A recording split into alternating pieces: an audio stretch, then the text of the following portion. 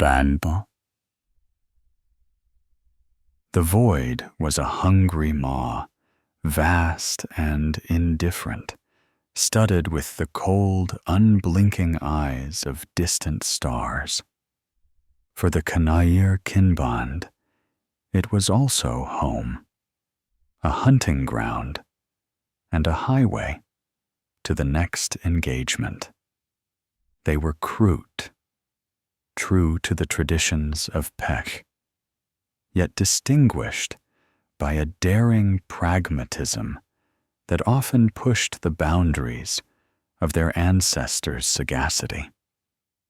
Their shaper, Kanair Shi, was a creature of lean muscle and sharper intellect, his quills often twitching in contemplation, or perhaps in anticipation of the next morsel of genetic potential.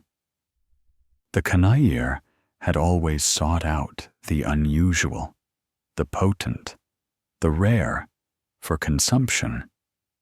They believed, as all Kroot did, that the genetic essence of a consumed foe or ally could be assimilated, their strengths made their own. It was this driving instinct that led them to the Palish Nebula, a region of space shunned by most sentient races, its swirling dust clouds and gravitational anomalies a death trap for unwary vessels.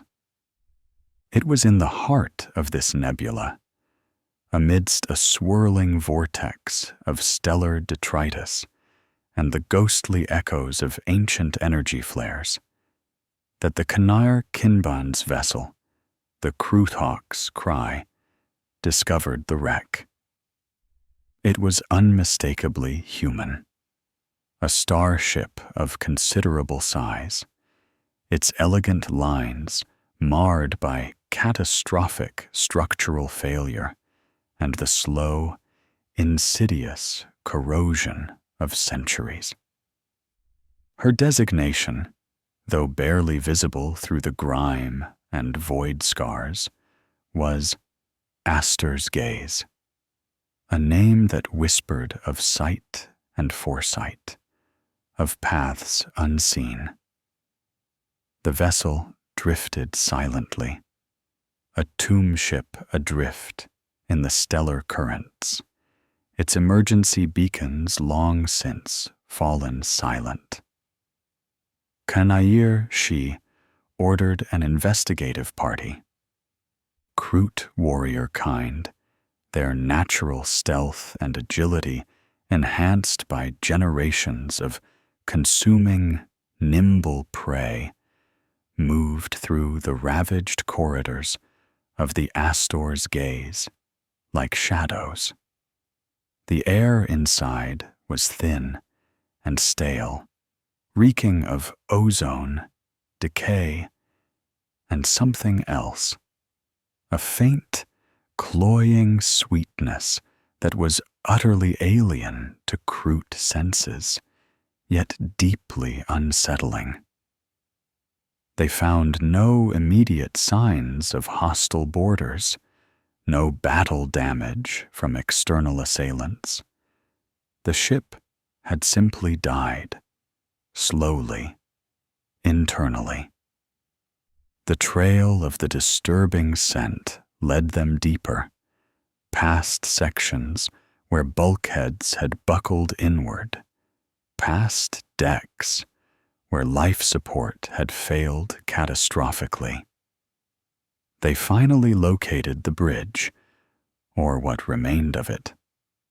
The command crew, still strapped to their stations, were desiccated husks, their forms frozen in postures of silent terror.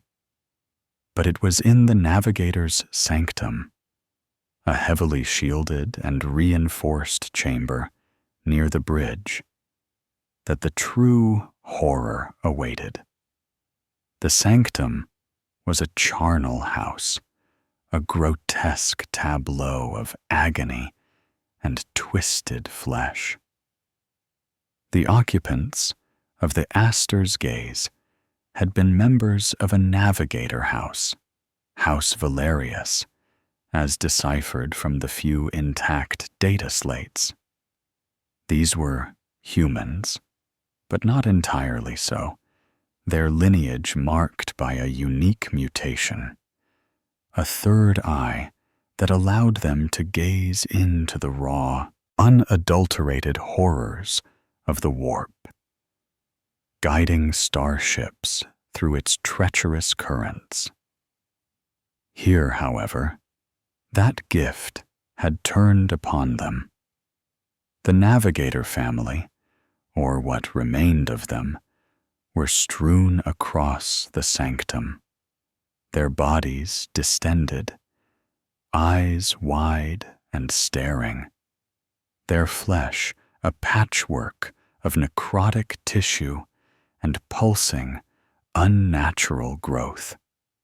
Their third eyes, usually hidden beneath elaborate psychic wards or cosmetic surgery, had burst forth, monstrously dilated, each a gaping maw upon their foreheads, staring into infinities that had driven them beyond the brink of sanity. They hadn't died quickly. They had been consumed by their own power, ripped apart by the sheer, unbridled force of the warp that had breached their psychic barriers. The cloying scent was strongest here, the lingering psychic miasma of their death throes. Kanayir Shi surveyed the scene, his quills bristling. Even for a Kroot, the sheer raw agony imprinted upon the chamber was palpable, a chilling testament to the dangers of the human psyche. His warriors were uneasy, their instincts screaming unclean, unnatural. But Kanayir Shi was a shaper. He saw not just death, but potential.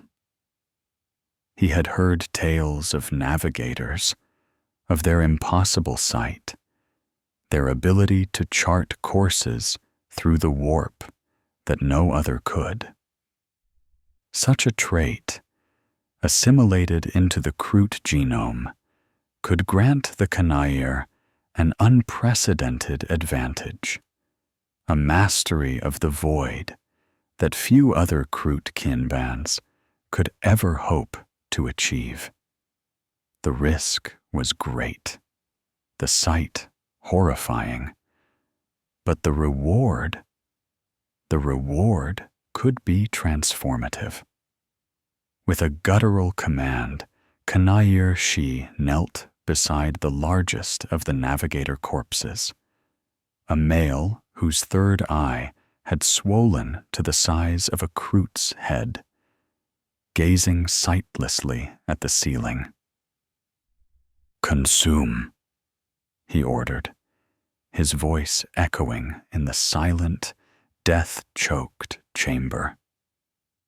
His warriors hesitated, their natural aversion to such tainted flesh warring with their obedience. But Kanayir Shi was unwavering. He led by example, tearing a mouthful from the nearest navigator's arm, the flesh cold, clammy, and tasting faintly of ozone and despair. His warriors, with a grim determination, followed suit. They consumed carefully, selectively, focusing on the neurological and sensory organs, the very parts that housed the navigator's unique abilities. The process was ritualistic, yet hurried, their instincts urging them to be swift. They did not understand the true nature of what they were ingesting. The raw, unfiltered psychic echoes that still clung to the navigators' forms. The genetic memories of generations of warp sight that now flowed into their own bodies. As the last remnants of House Valerius were devoured, a subtle shift occurred within the Kroot. It was not a physical change, not immediately evident to the eye. It was deeper, internal. A faint, resonant hum in their genetic code. A silent, almost imperceptible awakening. Kanair Shi felt a strange, cold flutter in his own mind. A fleeting, dizzying sensation, boundless space, and unseen pathways. He dismissed it as a residual psychic imprint of the navigator's death throes, a momentary side effect of their consumption. He could not have known that this grim meal would forever alter the destiny of the Kanair kinbond, binding them to a power they could not comprehend, and to a legacy far more terrifying than any Kroot had ever imagined. The taste of the void, laced with human despair and a terrible nascent power, lingered on his tongue. The journey from the Bhaalish Nebula was not a long one, at least not by imperial standards. Kanair Shi had set a course for the nearest Kroot-aligned trading outpost, a bustling, if unsavory, den of Xenos mercenaries and illicit merchants known as the Spine of Kai. The kinband needed to regroup, to process the recent consumption, and to offload some of their more cumbersome spoils before embarking on their next contract. But as the Krootox cry prepared for its first warp jump since the grim meal on the Astor's gaze, an unsettling tension permeated the ship. A low thrum of apprehension resonated through the vessel's hull, a counterpoint to the deep, almost subconscious unease stirring within the Kroot themselves. For generations, Kroot warp jumps had been a brutish affair. Their crude, adapted drives would tear a hole in reality, and the ship would plunge into the immaterium, relying on sheer brute force and a great deal of luck to traverse the tempestuous currents of the warp. It was a perilous dance, often resulting in prolonged jumps, navigational errors, or in the worst cases, catastrophic encounters with the horrors of the nether realm.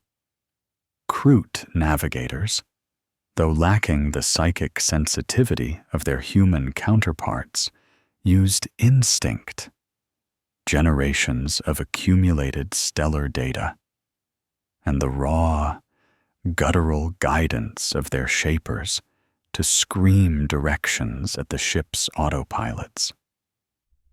This jump, however, felt different. As the Krootox cry's engines screamed, churning the fabric of space-time, Kanair Shi felt a prickling sensation behind his eye stalks, a phantom pressure building within his skull. He stood on the bridge, his quills rigid, observing the preparations. Around him, other Kroot, who had partaken most heavily of the Valerius navigators, showed similar signs of discomfort.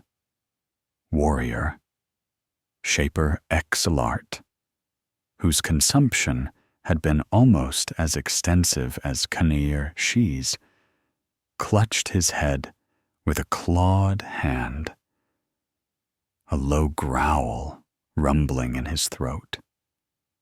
His eyes, usually sharp and predatory, were wide and unfocused, darting as if perceiving unseen threats. The ship's navigator, a grizzled old Kroot named Sekel, hunched over his crude sensorium, his quills flattened against his scalp in concentration. He slammed a fist on a console, yelling commands in the Kroot guttural tongue. "Punch it, you void rats! Harder! The eye! It won't open!" He was speaking of the metaphorical eye of the warp drive, the tearing of the veil. Then it happened, not with the usual agonizing lurch, the shuddering impact against the veil of reality, but with a terrifying, instantaneous snap. The stars outside the viewport did not smear into streaks of light, as they usually did before dissolving into the psychedelic maelstrom of the warp. Instead, they simply vanished, replaced by a boundless, impossible canvas of swirling, kaleidoscopic colors and forms that defied all natural laws. The transition was violent, not physically, but mentally. A tidal wave of pure sensation crashed into Kanair Shi's mind, a cacophony of whispers, screams, and fragmented thoughts that were utterly alien, yet disturbingly familiar. He saw colors that didn't exist in the material realm, heard melodies that were beautiful and terrifying in equal measure, felt emotions that were not his own: despair, ecstasy, terror, adoration, all in a dizzying, overwhelming maelstrom. It was as if 1,000 voices were screaming directly into his skull, recounting lifetimes of fear and wonder. The phantom pressure behind his eye stalks intensified, becoming an excruciating agony. It felt as though something was trying to tear its way out of his forehead, pushing against the bone and sinew. He stumbled, roaring, clutching at his head as Exilart collapsed beside him, thrashing on the deck, foam flecking his mandibles. Other Kroot, those who had consumed less but still partaken, cried out in confusion, their natural Kroot stoicism shattering under the onslaught. Even those who had avoided the navigator flesh entirely were not immune. They felt the ripples of psychic static, the faint, disturbing echoes of their kin's agony. Kanair Shi slammed his head against a console, trying to clear the visions, to silence the clamoring voices. He saw flashes of a human family, ancient and noble, their faces etched with pride and sorrow.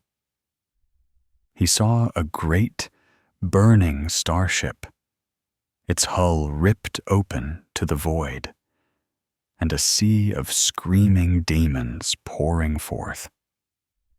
He felt the cold, calculating dread of a navigator charting a course through a daemon-haunted sector, the terrible burden of seeing the truth of the warp, unshielded.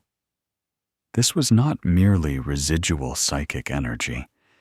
It was the raw, unadulterated genetic memory of House Valerius, unleashed and unbidden, flooding his mind and the minds of his kin.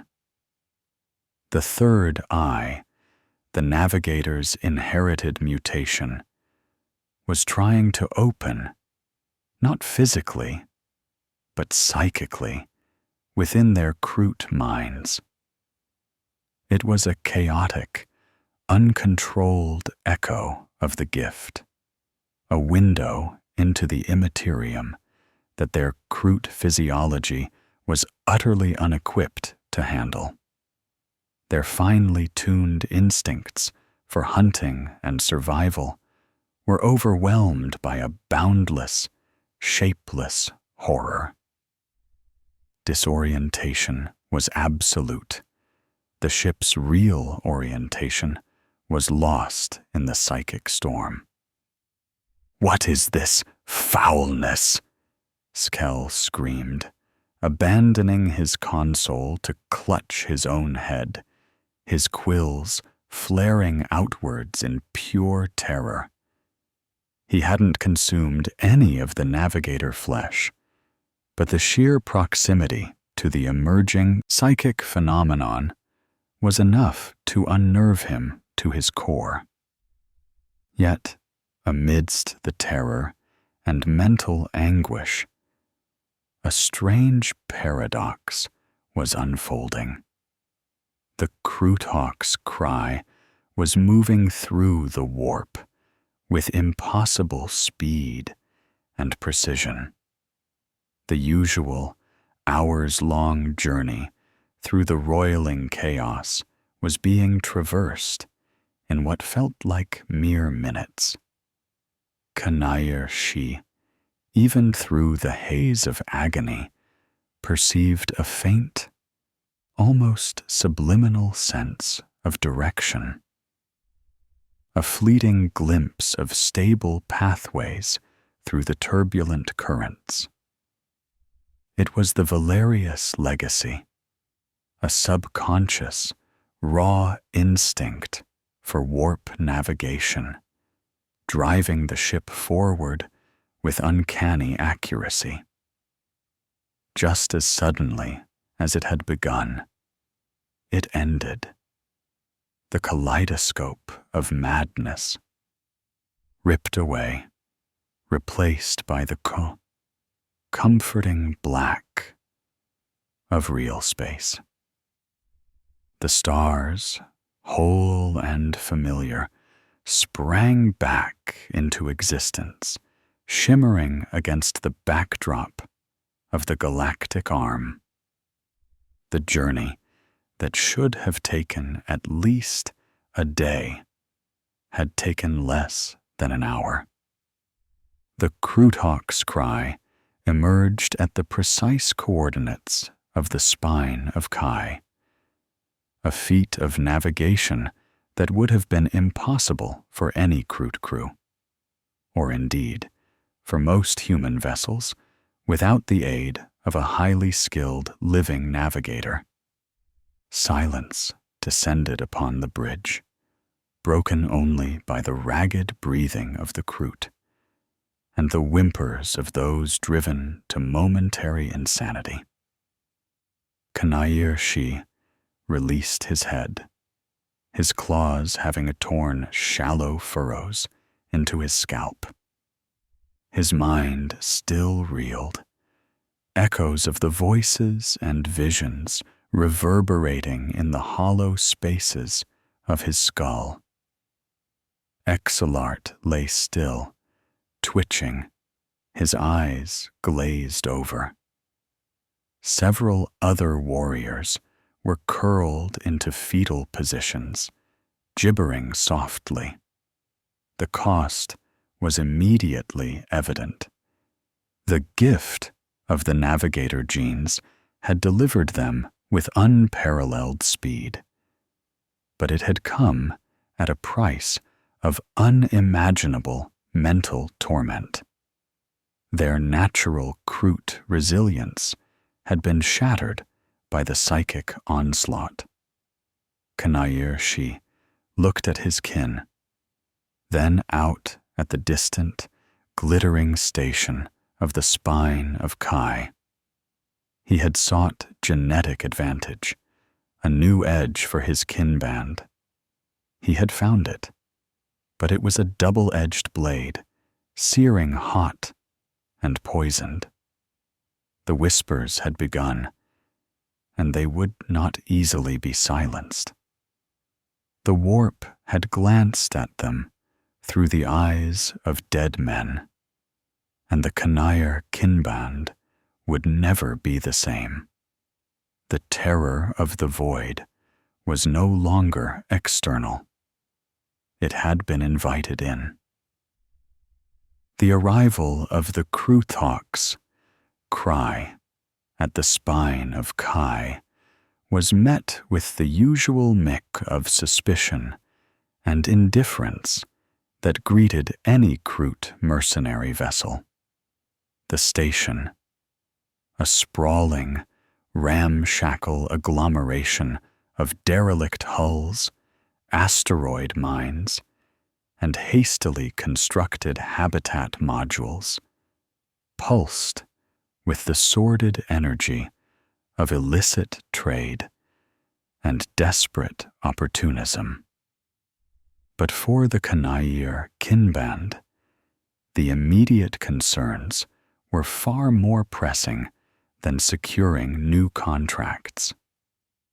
The aftermath of their unprecedented warp jump had left a deep, unsettling scar upon the kinband. Warrior Shaper Exilart, along with half a dozen other Kroot who had consumed heavily from the navigator remains, suffered the most acute symptoms. Their eyes would occasionally roll back, revealing whites tinged with an unnatural yellow, and they would mutter in guttural Kroot, yet with fragments of high Gothic weaving through their delirium, words of cosmic dread, of veiled horrors, of impossible geometries. Some experienced terrifying hallucinations, recoiling from invisible specters or lashing out at empty air.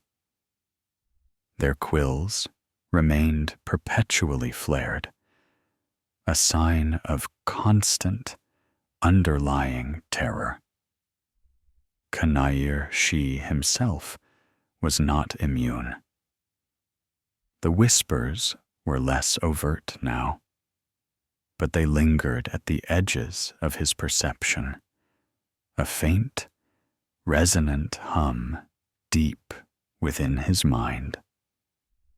He found himself inexplicably knowing things he shouldn't, feeling an intuition that defied Kroot pragmatism. He knew, for instance, that a certain trade deal's a trap, or that a patrol route was about to be abandoned. He saw faint, shimmering eddies in the air around psychically active individuals, an elder farseer selling warp artifacts, a human rogue trader with a mild, uncontrolled psychic signature. He instinctively understood their emotional states, their hidden intentions, a horrifying empathy that was utterly alien to the Kroot way. He kept these burgeoning abilities a secret, even from his most trusted warriors. The Kroot, for all their adaptability, held a deep-seated fear of the unnatural, of uncontrolled mutations that veered too far from their ancestral paths. This new gift was dangerous, potentially corrupting, but it was also undeniably powerful. Their next few contracts proved it. Word of the Kroot hawks, cries, impossibly swift and accurate warp jumps spread like wildfire through the underworld of the spine of Kai. Other mercenary companies, struggling with the erratic and time-consuming nature of warp travel, were stunned. A Kroot vessel, arriving days ahead of schedule, consistently hitting precise drop points in dangerous, unstable sectors. It was unheard of. The first major contract came from a human rogue trader, a flamboyant, corpulent man named Captain Larius. He needed a swift delivery of a highly illegal, highly unstable cargo of Xenos weapons through a treacherous, demon-haunted region of space known as the Whispering Coils. Other mercenary groups had refused, citing the high risk and the impossible journey time. Larius offered an astronomical price, well beyond what the Kanair Kinband typically commanded. Kanair Shi accepted. He knew the risk was immense, particularly for his still recovering kin. But the bounty was too great to ignore, and he needed to test the true extent of their new abilities. The next warp jump was less chaotic, but no less intense. Kanair Shi, now bracing himself for the onslaught, consciously tried to filter the deluge of information. He found himself instinctively navigating the Kroot hawk's cry through the turbulent currents, seeing glimpses of safe paths, feeling the pull of gravitational anomalies before they were registered by the ship's sensors. It was as if a ghostly, ancestral navigator's hand was guiding him, subtly influencing his decisions. The journey through the Whispering Coils, a region notorious for consuming vessels, was completed in a fraction of the predicted time. Larius, astonished, paid double the agreed-upon price, his skepticism replaced by awe.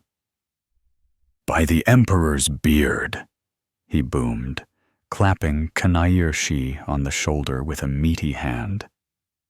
"You Kroot navigate the Immaterium like it's your own backyard. Never seen anything like it."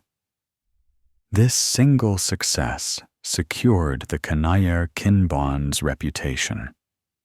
More contracts poured in, lucrative and dangerous assignments that other Kinbands or mercenary outfits wouldn't touch.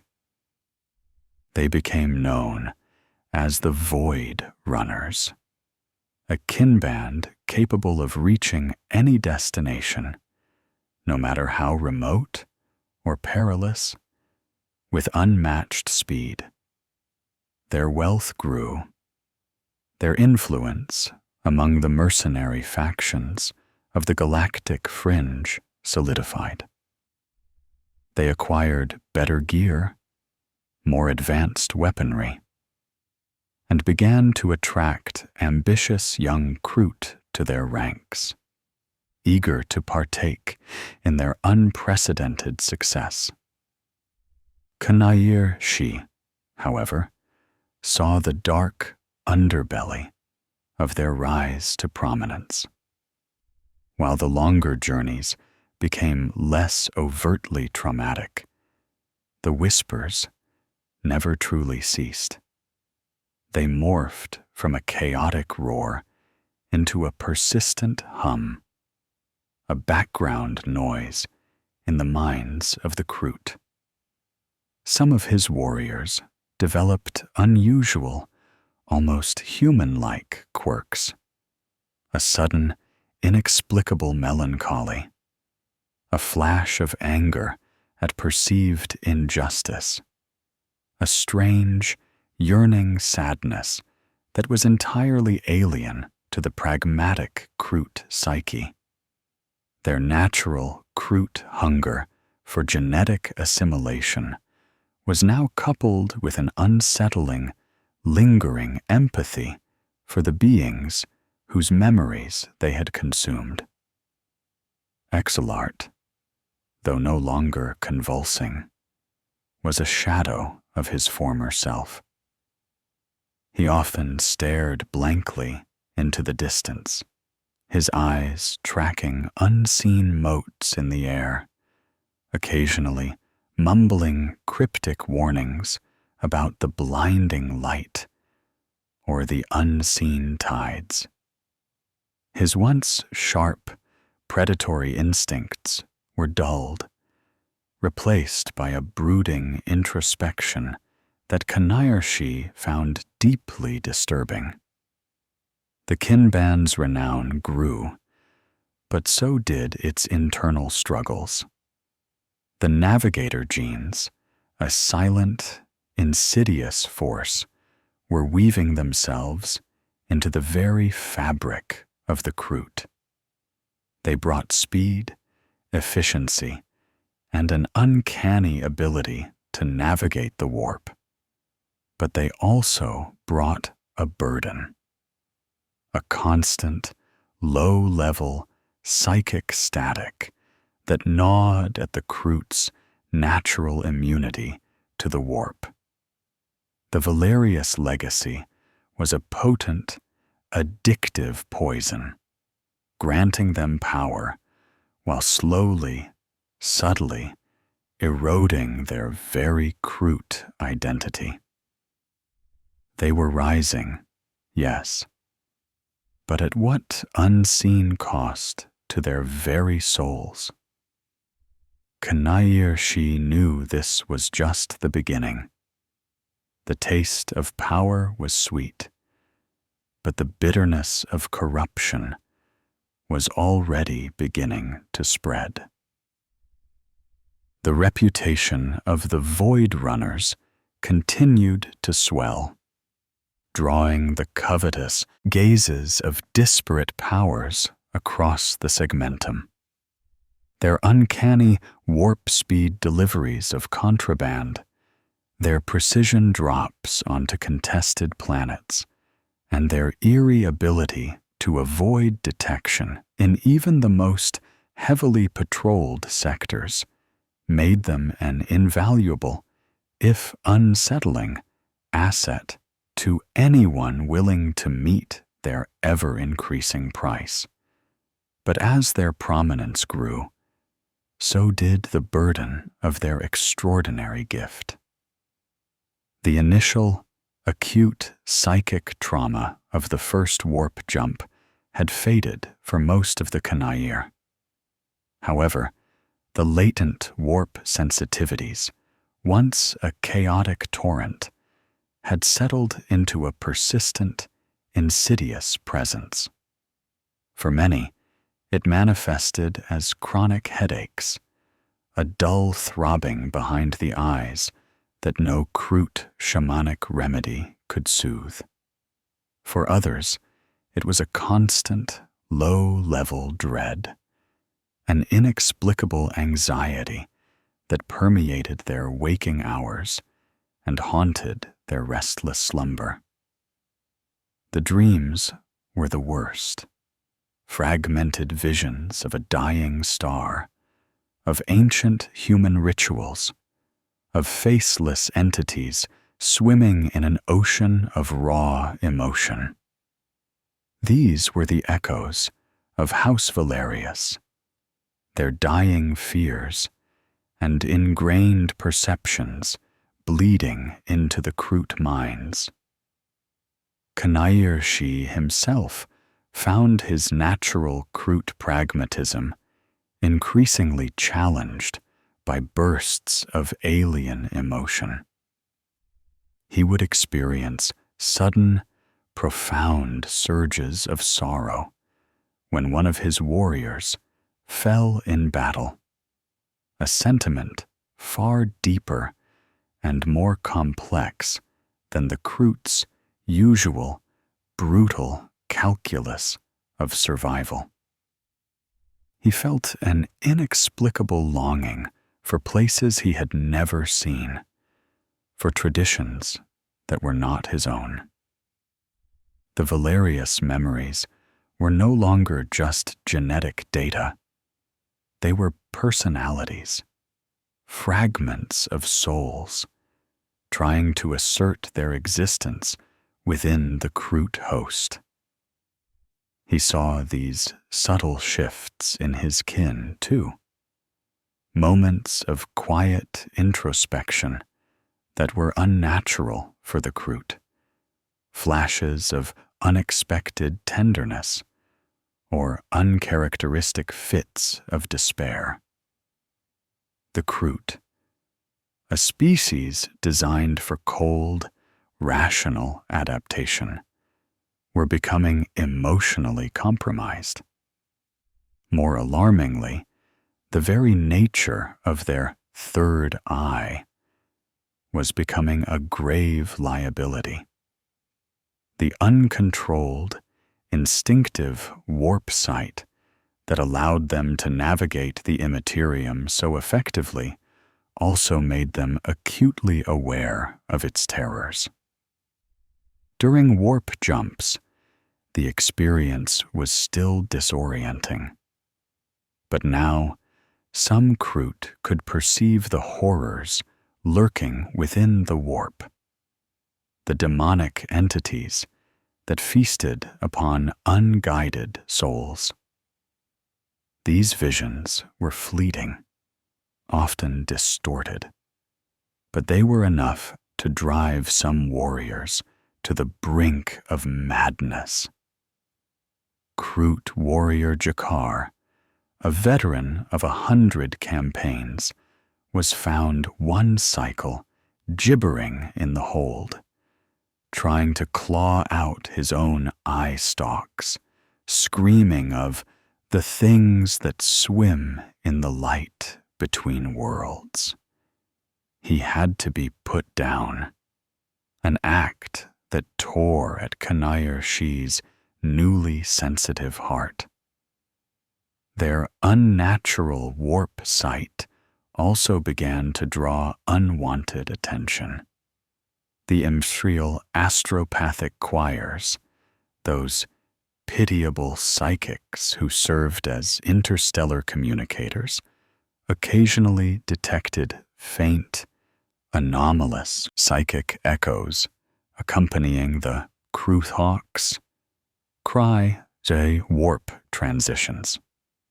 These were not the controlled, resonant signatures of a human navigator, but something wilder, less defined, like a raw nerve exposed to the immaterium. These reports, often dismissed as phantom echoes or navigator bleed-through from overloaded choirs, slowly accumulated in the vast archives of the Imperium. One such report landed on the desk of a minor Adeptus Astra telepathica scribe, who, out of morbid curiosity, cross-referenced it with reports of impossibly fast Xenos mercenary movements in unstable sectors. The anomalies aligned. The scribe, a nervous but fastidious sort, dutifully forwarded the data up the chain of command, past the initial layers of bureaucratic indifference, until it finally reached the attention of an inquisitorial cell. This cell, operating under the symbol of the sable shroud, specialized in xenological and psychic threats, a terrifying intersection of heresy and corruption in the eyes of the Imperium. Its leader was Inquisitor Ryan Thule. Thule was not one for bombast or overt displays of power. He was a creature of subtle calculations and brutal efficiency, his mind a labyrinth of cold logic and unwavering dogma. He was an Ordo Xenos Puritan, his hatred for alien life matched only by his revulsion for uncontrolled psychic phenomena. The thought of Xenoscum somehow harnessing the powers of the warp, powers that even humanity's sanctioned navigators struggled to contain, was an anathema that chilled him to his very core. Thule saw the assembled data, the consistent, anomalous warp signatures, the reports of impossible transit times, and the xenotic involvement, and drew a chilling conclusion. A new, unprecedented threat was emerging, an alien abomination that had somehow co-opted the very genetic heritage of mankind to traverse the hellish dimension of the warp. This was not merely heresy. It was a fundamental affront to the natural order, a blasphemous twisting of human destiny by lesser species. He dispatched his agents, a hand-picked retinue of interrogators, sanctioned psychers, and hardened Skitarii vanguard units, to begin a clandestine investigation. Their mission: to locate, observe, and ultimately to eradicate the Kanair Kinband. The net was cast wide. Subtle inquiries made through established imperial agents in black markets and fringe settlements.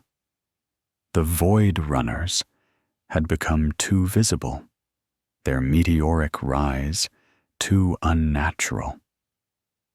A shadow had fallen across the Kanair Kinband, a grim, implacable darkness that would soon become their most terrifying antagonist.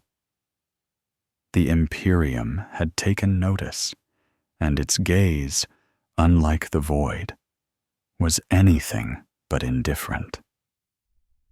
Inquisitor Rian Thule was an exemplar of his grim calling.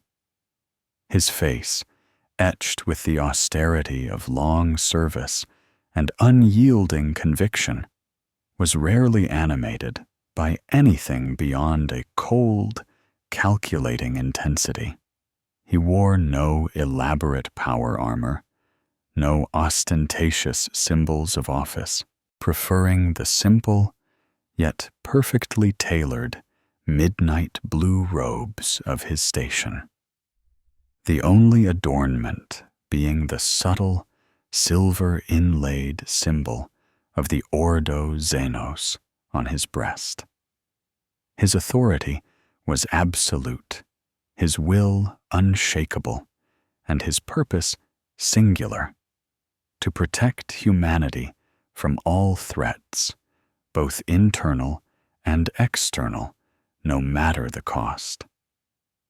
He considered the Kanair Kinband a threat of the highest order, an affront to the purity of the human form, and the sanctity of the Emperor's dominion over the warp. His initial intelligence gathering had been meticulous, painstaking.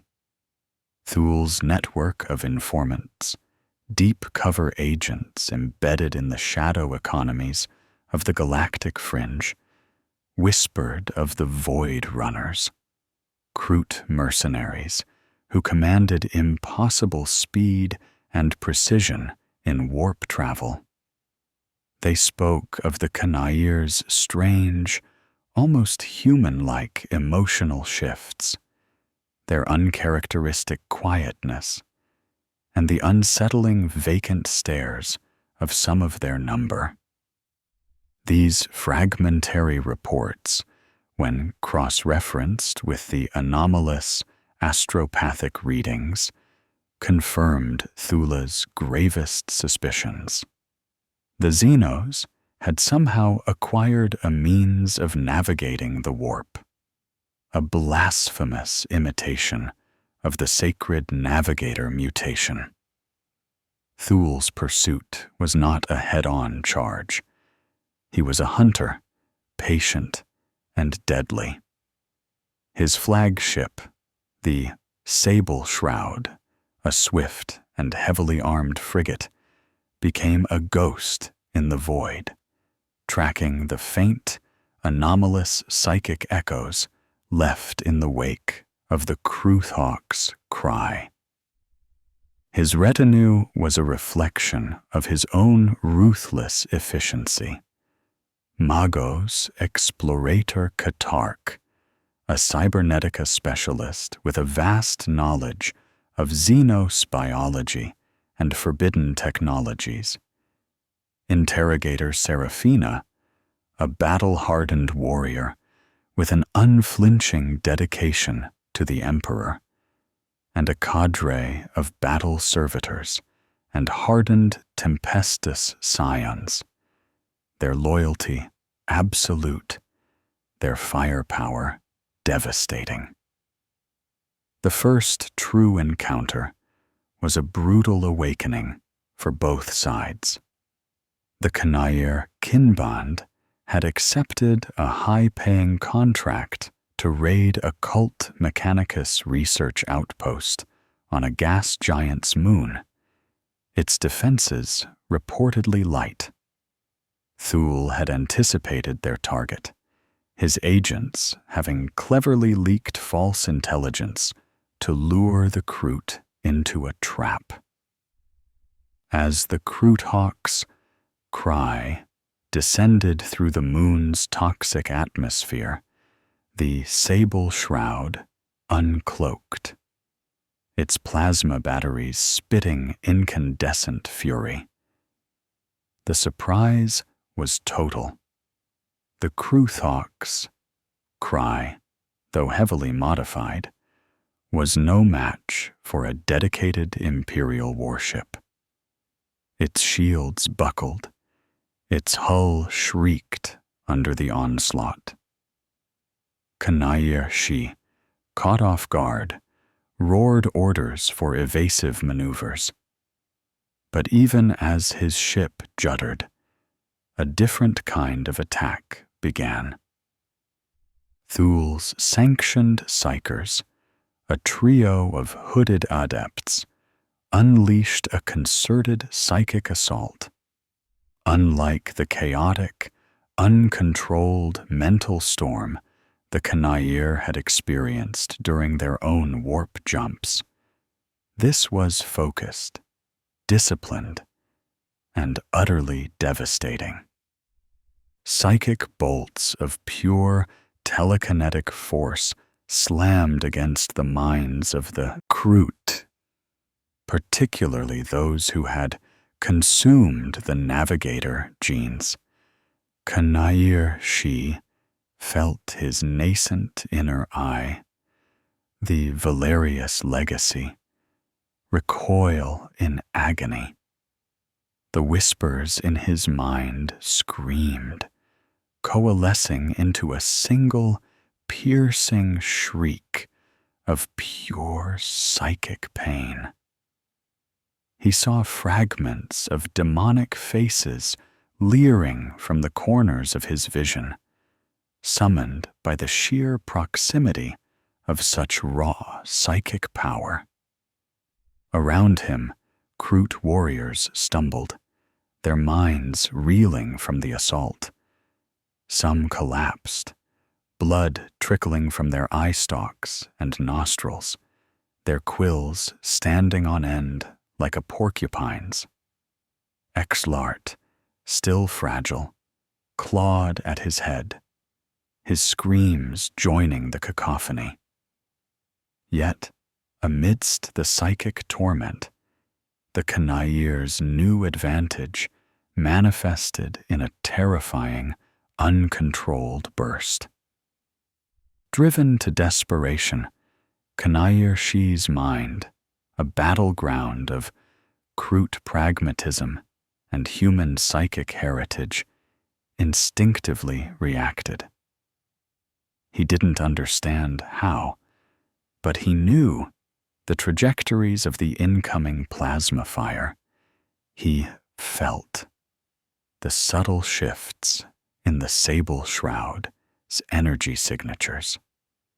He screamed out commands that defied conventional tactical analysis, urging his pilot to execute maneuvers that seemed suicidal, but unerringly dodged the next volley of plasma fire, weaving through the orbital debris with impossible grace.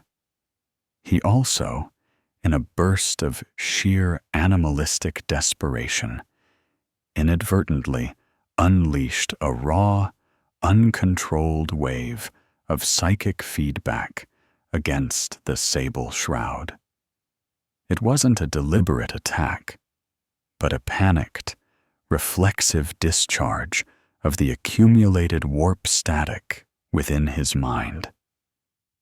The hooded adepts shrieked, clutching their own heads as the chaotic, alien psychic residue of the Kroot navigator minds slammed into their carefully constructed mental shields.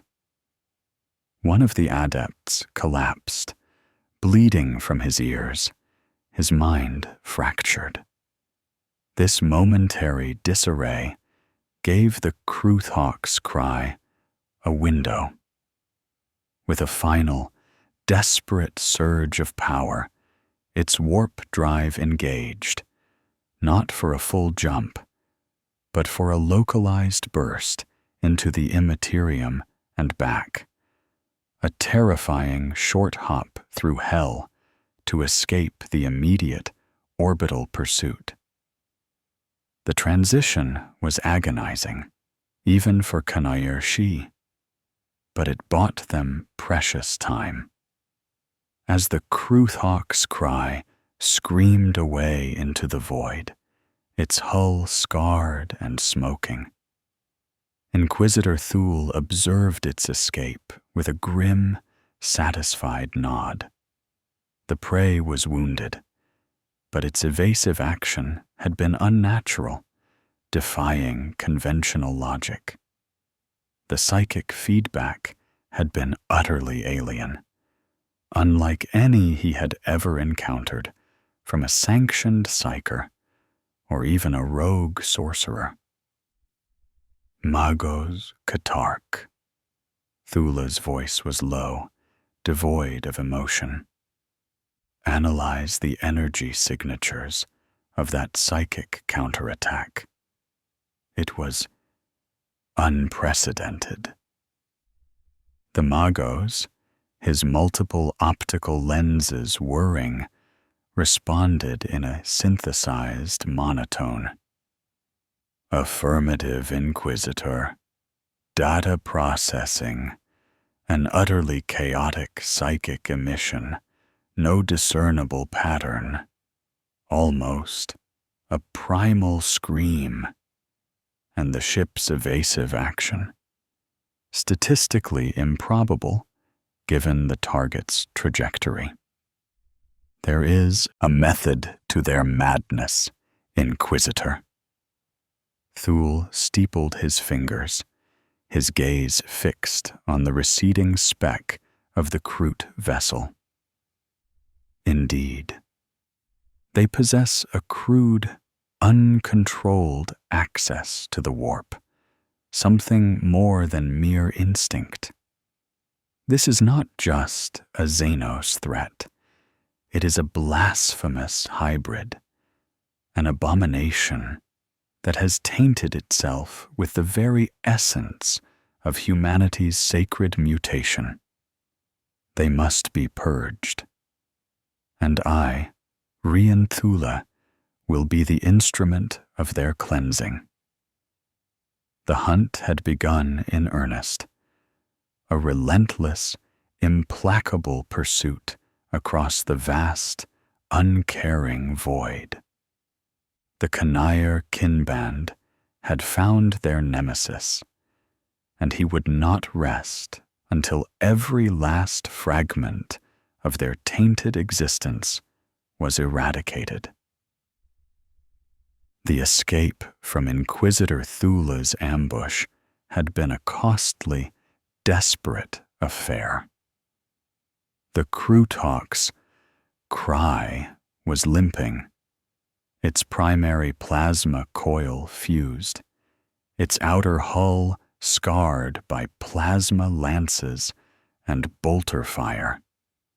Several Kroot had been lost, either ripped apart by direct hits or succumbing to the raw psychic feedback of Thule's sanctioned psychers.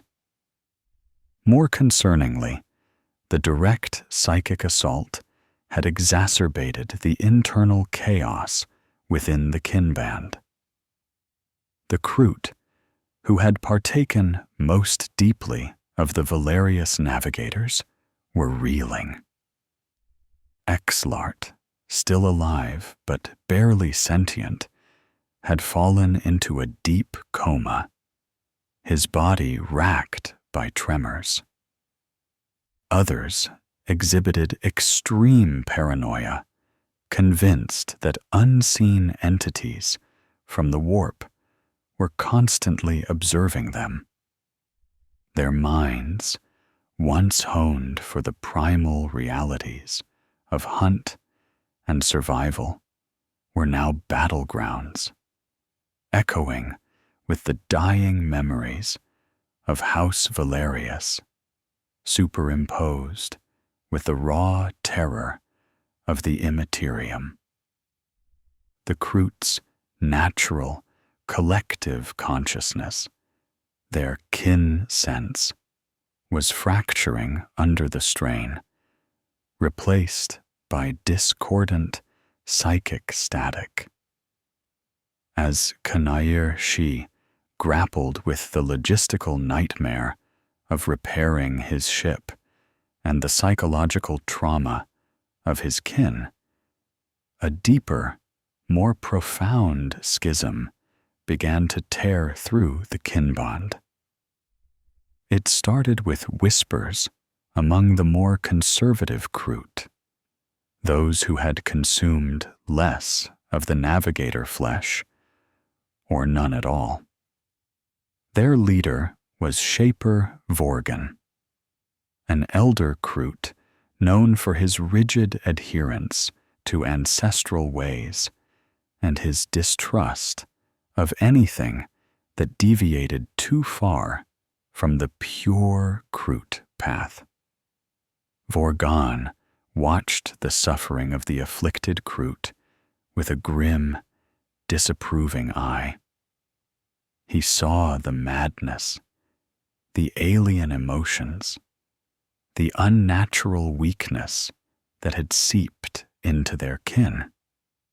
To him, it was a corruption, a vile taint that threatened the very essence of what it meant to be Kroot. Their unprecedented success, he argued, was not a blessing but a pact with unknown, dangerous forces. The ancestors do not grant gifts of madness, Vorgon snarled at a gathering of his loyalists. His quills flared in disgust. This gift is a curse. It is human filth, festering within our purest bloodlines. He began to preach openly against Kanayar-Shi's decision to consume the navigator genes. "We are Kroot," he proclaimed to his warriors, gesturing to the afflicted with a clawed hand. "We are not intended to see the warp as these humans do. We consume the strong to make us stronger, not to invite their weaknesses and their madness into our minds." The sentiment resonated with many. Kroot were pragmatic. They adapted. They evolved. But there was an inherent conservatism in their selective consumption, a subconscious line that, once crossed, bred suspicion.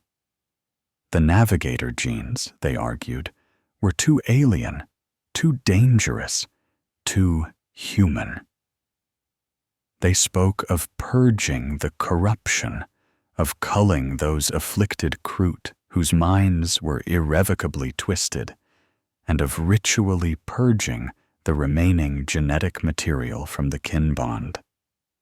Kanayar-Shi, now burdened by the psychic echoes of empathy, found himself in a truly agonizing position. He understood Vorgon's fears. He felt the truth of them in the constant, dull ache behind his eyes. But he also understood the power they had gained, the survival advantage in a galaxy that sought to exterminate them. More importantly, he felt a strange, protective instinct towards those Kroot suffering the most. They were not weak. They were simply overwhelmed by a force no Kroot had ever encountered.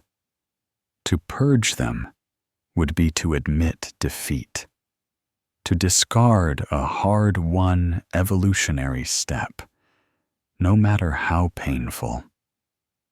He convened a great gathering, a traditional Kroot council, where all matters of kin fate were debated. Kanayar-Shi stood before the assembled Kroot, his voice low but firm. "We have gained sight," he declared. "A sight that allows us to move through the void as no Kroot has ever moved. We have gained advantage. Yes, it comes with a cost. All strength does. But to discard it, to kill our own for something that can be controlled, is weakness. We adapt. We evolve. We find a way to master this gift, not flee from it like cowering prey." Vorgon countered with ferocity. "Master it? Look at Exilart. Look at Jakar, who tore out his own eyes. This is not mastery. This is madness. This is humanity's disease. You embrace a curse, Kanayar-Shi, and you will lead us all to extinction by inviting this poison into our very being." The debate raged for cycles. Arguments turned into snarling confrontations, then to physical skirmishes. The kin band, once a cohesive unit, began to splinter. warriors loyal to Vorgon refused to participate in warp jumps, demanding that the afflicted Kroot be confined or eliminated. Those who had consumed the navigator genes, driven by their new, unsettling emotions and a desperate desire for understanding, clung to Kanair-Shi, seeing him as the only one who could guide them through this terrifying transformation. The internal strife weakened the Kanair Kinband precisely when they needed unity most. Their movements became less coordinated, their decisions fraught with disagreement. Patrols were halved, sentry duties neglected, as distrust festered. They were no longer a single, focused entity. They were two factions, glaring at each other across an ever-widening chasm of fear and philosophy. Kanair-Shi knew that this schism, if left unchecked, would destroy them from within, far more effectively than any inquisitor or orc horde. The hunt was on. Thule was relentless, and the Kanair Kinband was tearing itself apart, crippled by a debate over the very nature of their evolving existence. The Kroot, famous for their ability to adapt to any environment, were finding their greatest challenge not in the hostile galaxy outside, but in the alien genetic memories twisting their identity from within. The grim irony was not lost on Kanair-Shi. The human legacy was not just a gift of power, but also a seed of self-destruction. The simmering internal conflict within the Kanair Kinband reached its boiling point in the most brutal of circumstances. They had taken refuge on a forgotten moon in a sparsely charted system, attempting to repair the Kroothawk's cry and mend the deep rifts in their ranks. But their respite was short-lived. A colossal orc war boss, a green-skinned behemoth named Krog Eadsmasher, had stumbled upon the moon, drawn by its rich mineral deposits and the prospect of a good fight. His Gargant-class war cruiser, the Mork's Might, belched black smoke as it disgorged waves of rampaging orcs onto the moon's surface, their guttural battle cries echoing through the thin atmosphere. Kanair-Shi knew the fight was suicidal. The Kanair Kinband was still recovering from Thule's attack, their numbers depleted, and their morale shattered by the internal schism. Vorgon's faction, though numerically smaller, was openly defiant, refusing to engage in any strategy that might further taint their kin or expose them to more psychic trauma.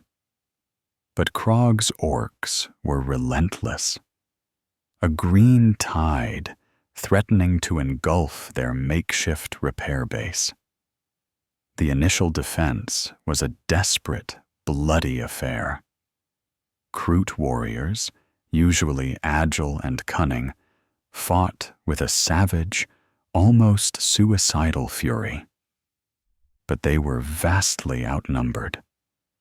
Orc power, claws, tore through Kroot flesh, crude shootas spat death, and the sheer, overwhelming weight of the orc advance pushed them back, yard by painful yard.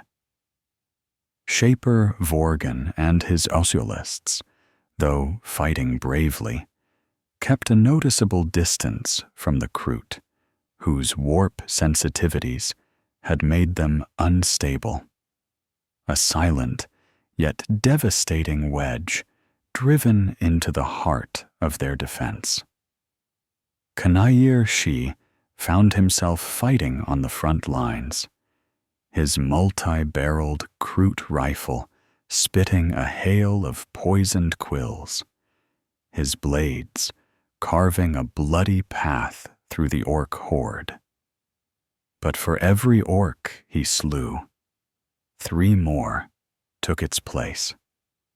He saw his kin fall, their bodies torn asunder, their genetic potential wasted.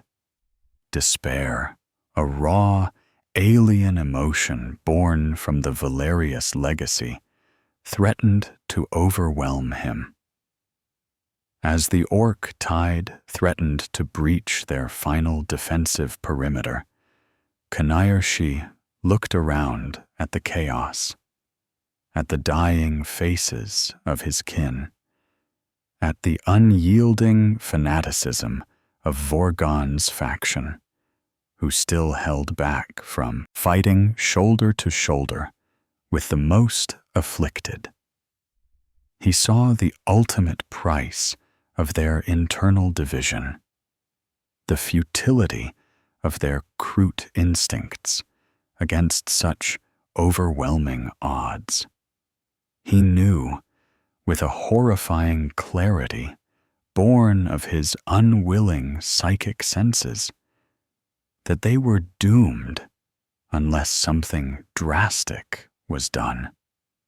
In that moment of absolute desperation, Kanayir Shi made a terrible decision. He did not issue an order. He simply unleashed. He reached deep within himself, past the Kroot pragmatism, past the fear, and deliberately tore down the mental barriers that had been instinctively filtering the navigator's legacy.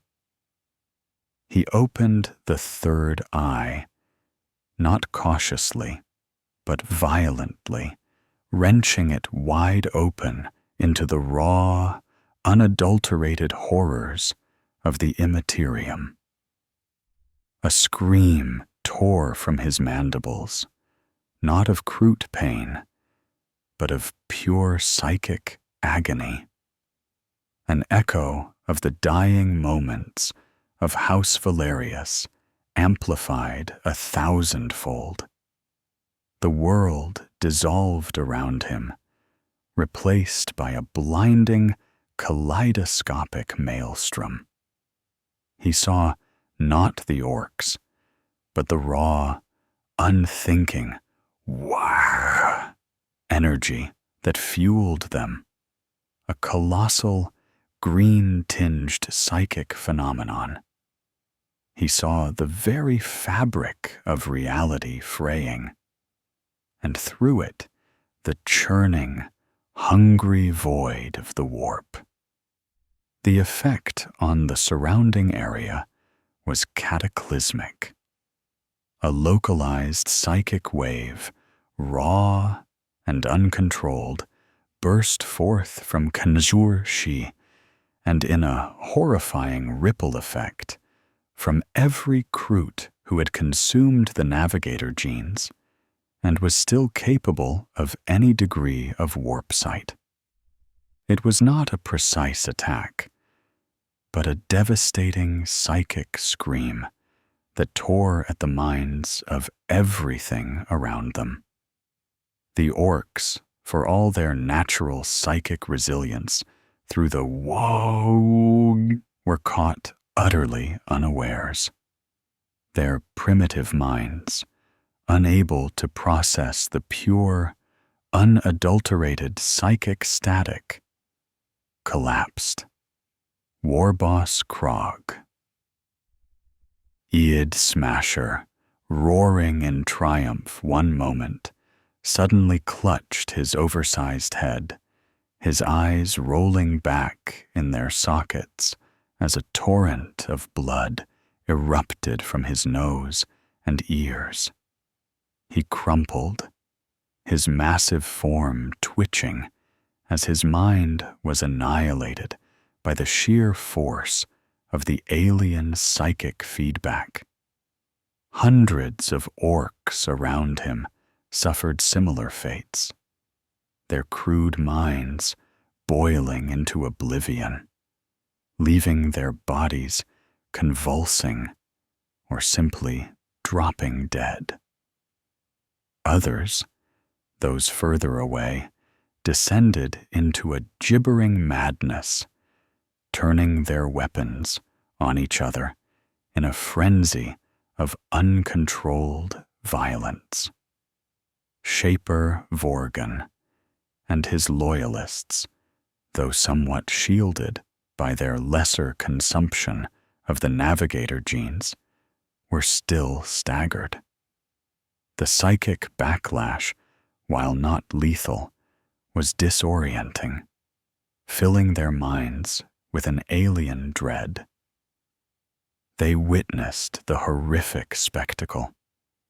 Their own kin, eyes wide and unblinking, their forms racked by uncontrolled tremors, unleashing a wave of mental destruction that was utterly unnatural, utterly un-Kroot. The orc advance shattered.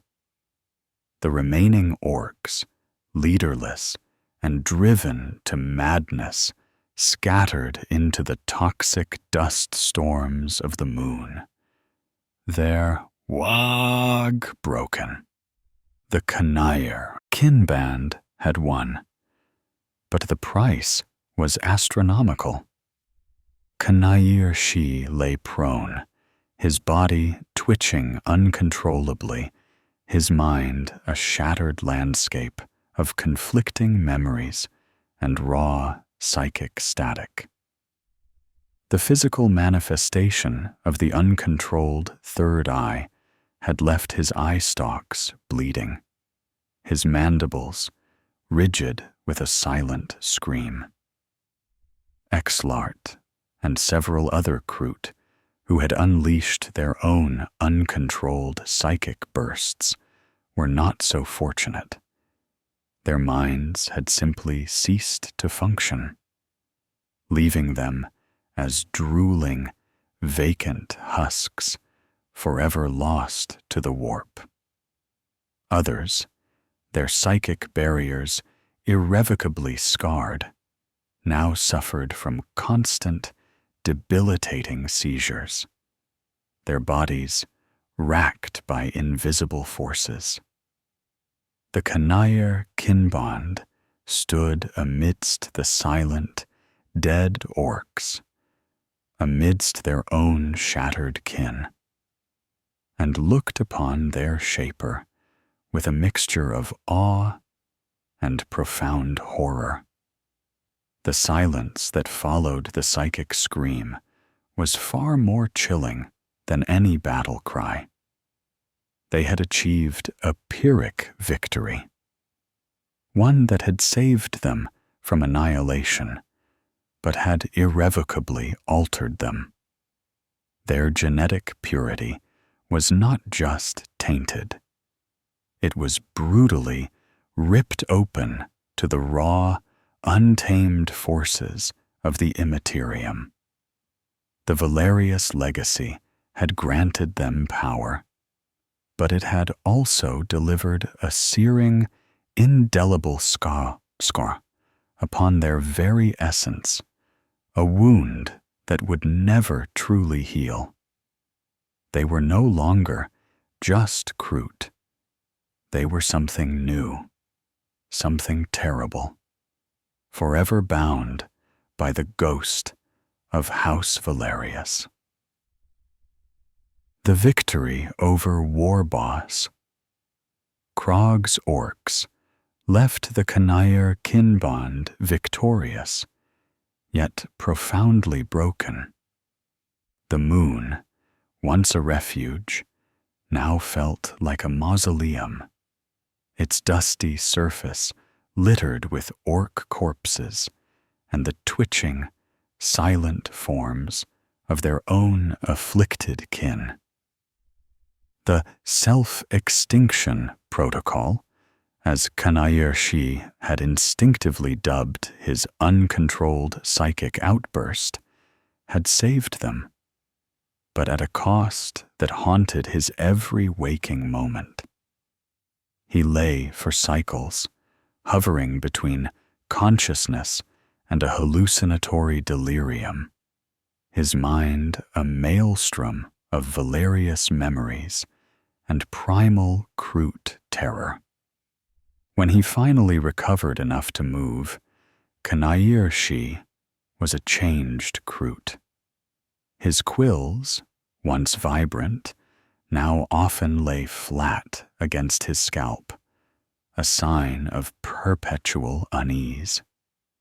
His eyes, though physically intact, seemed to gaze beyond the material, reflecting the terrible vistas of the warp.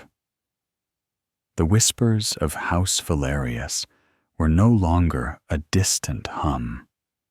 They were an ever-present chorus within his mind, the fragmented voices of generations of navigators, their lives, their fears, their knowledge, all swirling together in a horrifying, poignant symphony. He began to delve into these unwelcome memories, driven by a desperate need for understanding. He spent solitary cycles locked away in the Kroot Hawk's battered data vault, not examining data slates, but rather retreating into the labyrinthine corridors of his own mind, sifting through the alien memories. He saw flashes of opulent human palaces, of ancient libraries filled with forbidden texts, of navigator rituals designed to shield their souls from the warp's hungry gaze. Through these fragments, a terrible story began to emerge. The true history of House Valerius and the circumstances of their demise aboard the Astor's gaze. They were not merely a dying house. They were a house afflicted, plagued by a unique and horrifying genetic vulnerability. Kanair Shi pieced together the narrative from disjointed images and raw emotions. House Valerius, it appeared, possessed a particularly potent yet unstable strain of the navigator mutation. Their third eye was unusually sensitive, often bordering on the uncontrolled, making them prized for their navigation prowess, but also dangerously susceptible to uncontrolled warp phenomena. Generations ago, one of their ancestors had encountered a bizarre, parasitic warp entity, a formless psychic contagion that fed on fear and sorrow, and which had somehow imprinted itself upon the Valerius genetic line. This entity, though dormant for centuries, had a unique resonance with the Valerius's psychic architecture. It didn't possess them, not in the traditional sense, but rather subtly influenced their perceptions, amplifying their fears, whispering doubts, driving them towards desperate, risky decisions, particularly in times of stress. The Aster's gaze had been caught in an uncharted warp storm, a particularly violent tempest in a desolate sector. The sheer magnitude of the storm, combined with the Valerius's heightened sensitivity, had awakened the dormant entity within their psychic lineage. The navigators hadn't succumbed to the warp storm alone. They had been subtly pushed into madness by the parasitic entity, their amplified fears and sorrows providing a feast for the creature as their psychic barriers crumbled. The horrifying disfigurements of their third eyes were not merely the result of uncontrolled warp exposure. They were the physical manifestation of the parasite feeding, consuming their sanity, tearing their souls apart from the inside. This revelation chilled Kanayirshi to his very core. He had consumed not just a gift, but a curse. He had absorbed not just the genetic memories of House Valerius, but also the dormant, parasitic, psychic echo that had haunted their lineage for generations. It was a subtle, insidious presence now woven into the very fabric of the Kanayir kinband's new genetic code, a hidden vulnerability that lay dormant, waiting for the right confluence of fear and psychic strain to awaken and feast again. The truth explained the rapid onset of madness in his kin, the disproportionate terror during warp jumps, the pervasive sense of dread. It wasn't just the raw power of the warp. It was an echo of the Valerius parasite, subtly influencing their newly sensitive Kroot minds.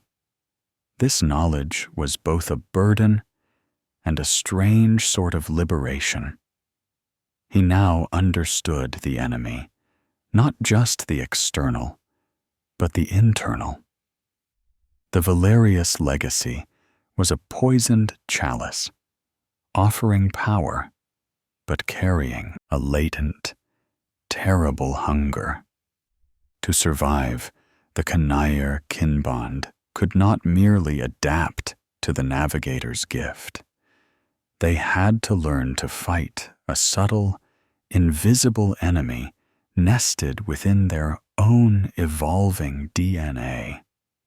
The whispers in his mind, he now realized, were not just the memories of the dead. They were the faint, nascent stirrings of the parasitic entity, testing the boundaries of its new Kroot hosts. The path ahead was clear, if terrifying. They had to find a way to control this power, not just for navigation, but for spiritual survival. The grim revelation of the parasitic entity, a silent passenger within the Valerius legacy, solidified Kanayir-shi's resolve. Understanding the nature of the curse was the first step towards breaking it.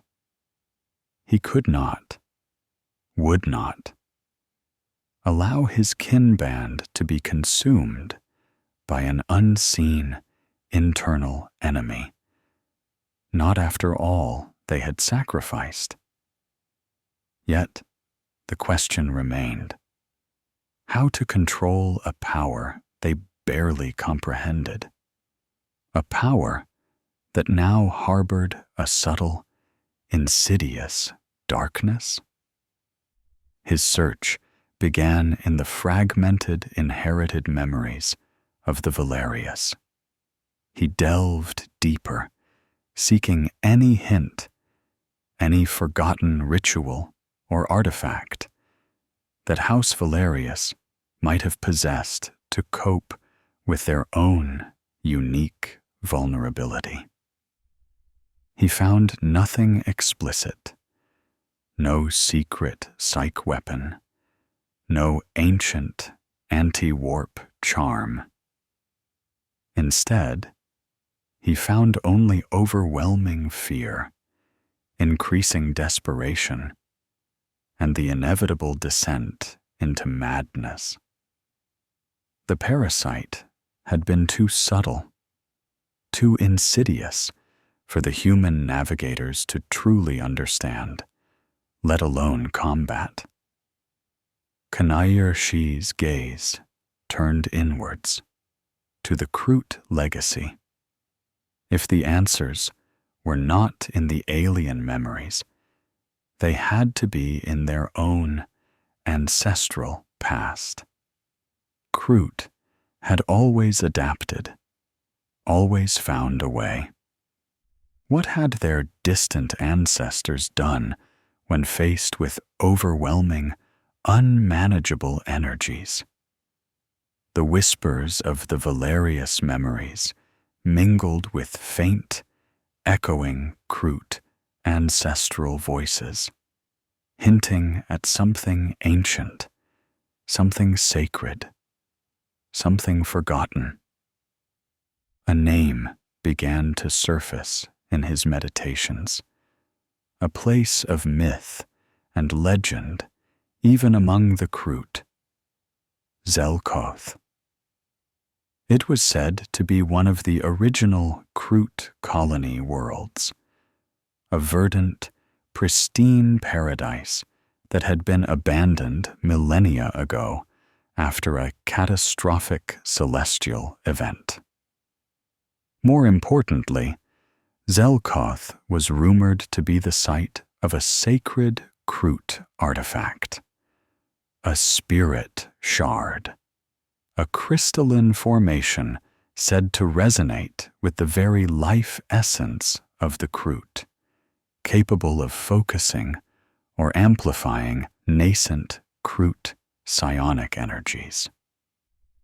Its true purpose had been lost to time, relegated to the realm of campfire tales. Most Kroot believed it to be a myth, a romanticized relic of a forgotten golden age. But Kanayir Shi, now armed with the unique sensitivities of his hybrid mind, felt a faint, undeniable pull towards it. He presented his vision to the remnants of his kin band. Shaper Vorgan and his loyalists, though still wary, were desperate. The trauma of the orc battle and the lingering psychic sickness had quieted their descent, replacing it with a grim weariness. Kanayir Shi, still physically scarred, spoke with a new, quiet authority. His words imbued with a strange, almost hypnotic conviction. He explained his theory of the Valerius parasite, of the hidden vulnerability. He offered Zelkoth as their only hope. "We seek not to purge the gift," he declared, his eyes burning with an inner light, "but to tame it, to harness it, to make it truly Kroot. Zelkoth holds something that can filter this poison, that can give us control. It is our only path to survival, our only chance to turn this curse into true strength.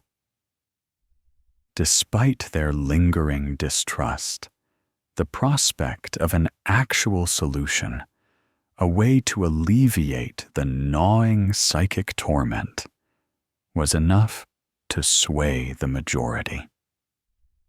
The Kroot's cry, still barely spaceworthy, began its long, perilous journey towards Zelkoth. The journey was fraught with danger. The path to Zelkoth led through unexplored, unstable sectors, through asteroid fields and nebulae, where warp anomalies flickered like baleful eyes. Each warp jump was an ordeal, the Kroot bracing themselves for the familiar deluge of whispers and visions. But Kanayir-Shi's newly refined intuitive sense, now sharpened by his understanding of the parasite, allowed him to navigate with uncanny precision, avoiding the worst of the warp's hungry currents. Finally, after cycles of fraught travel, the Kroot's cry emerged into the Zelkoth system. It was indeed a paradise, a lush, verdant world orbiting a benevolent yellow star. But it was a paradise tinged with melancholy. Ancient Kroot settlements, overgrown by colossal jungle flora, hinted at a civilization that had thrived and then simply faded, leaving behind only colossal, silent structures. Kanayir-Shi, guided by a potent, almost overwhelming psychic resonance, led a ground expedition deep into the heart of Zelkoth's largest continent. The jungle was dense, teeming with exotic, potent life, a riot of biodiversity. For cycles, they tracked the psychic signature until they arrived at a colossal, natural cavern, almost a cathedral of stone and ancient Kroot carvings. In the center of the cavern, bathed in a soft, ethereal light filtering from a natural fissure above, stood the crystal shard. It was not a single crystal, but a colossal cluster, almost 20 meters tall, of interlocking, luminous crystals that pulsed with a faint, internal light. Its surface was covered in intricate, spiraling Kroot carvings, ancient runes that hummed with a dormant energy. It was beautiful, awe-inspiring, and radiated a subtle, calming, psionic presence that immediately soothed the frayed nerves of the afflicted Kroot. The whispers in Kanayir-Shi's mind, usually a chaotic chorus, became a harmonic hum, almost a lullaby. The parasitic entity, for the first time, felt distant, muted, its insidious presence pushed back by the sheer, benevolent energy of the shard. This was it. This was the hope. The crystal shard of Zelkoth. It was designed to filter or focus Kroot psionic energies, a natural amplifier and stabilizer that had been waiting for millennia. It was the key to taming the Valerius legacy, to refining the raw psychic power into something manageable, something truly Kroot. The Kanair kin band had found their sanctuary, their laboratory, and their last chance at survival. But the path to mastery, Kanair she knew, would be long, arduous, and fraught with unseen perils. The crystal shard of Zelkoth became both a beacon and a crucible for the Kanair kinband. Its silent, calming presence in the heart of the cavern provided the first true respite many of the afflicted Kroot had experienced since the consumption of House Valerius. The incessant whispers in their minds, though not entirely gone, were muted, transformed into a gentle hum. The parasitic entity, still present, now felt like a caged predator, its influence diminished by the raw, benevolent psionic field of the shard. Kanair she immediately established a permanent base around the shard, converting the ancient cavern into a sanctuary and laboratory. His most afflicted kin, those like Exilart, who had been reduced to twitching husks, were brought closest to the crystal, their bodies cradled by its radiating energy.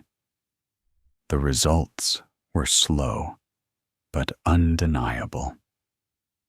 Exilart, once lost to the warp, began to show faint signs of lucidity, his tremors lessening, his eyes occasionally focusing with a spark of his old self. The profound madness had not vanished, but it was being held at bay, allowing a flicker of hope to ignite in Kanair she's weary heart. The challenge now was not merely to suppress the chaos, but to control the gift. Kanair she, drawing upon the fragmented Valerius memories of meditation and psychic shielding techniques, began to experiment. He would sit for cycles before the shard, focusing his mind, allowing the crystal's energy to flow through him, attempting to filter the deluge of psychic information. It was excruciatingly painful at first, like trying to funnel a raging river through a delicate sieve. His Kroot mind, fundamentally unequipped for such subtleties, screamed in protest. But the navigator memories, persistent and ingrained, offered fleeting glimpses of technique, of mental discipline honed over millennia. Slowly, painstakingly, Kanair she began to develop a hybrid form of meditation. He combined Kroot ancestral memory recall, a form of psychic communion with their forebears, with the Valerius's techniques for sensing and navigating the warp. The crystal shard acted as a natural amplifier and filter, helping him to separate the beneficial navigational insights from the parasitic whispers and the raw, unfiltered terror of the immaterium. He began to teach these crude, nascent techniques to his most trusted and resilient kin. It was a perilous education. Some found the mental strain too great, their minds buckling under the pressure, reverting to gibbering madness. But a select few, those with the strongest Kroot, will, and the deepest consumption of Valerius genes, began to make progress. They learned to consciously open their internal third eye, not in a chaotic burst, but in a controlled flicker, allowing them to perceive the warp's currents without being overwhelmed. They learned to feel the subtle presence of the parasitic entity, to recognize its insidious whispers, and to consciously push it back, to deny it sustenance.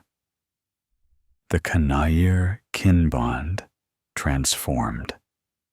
They became a community of silent contemplation, their usual boisterous, Kroot demeanor replaced by a grim, focused intensity.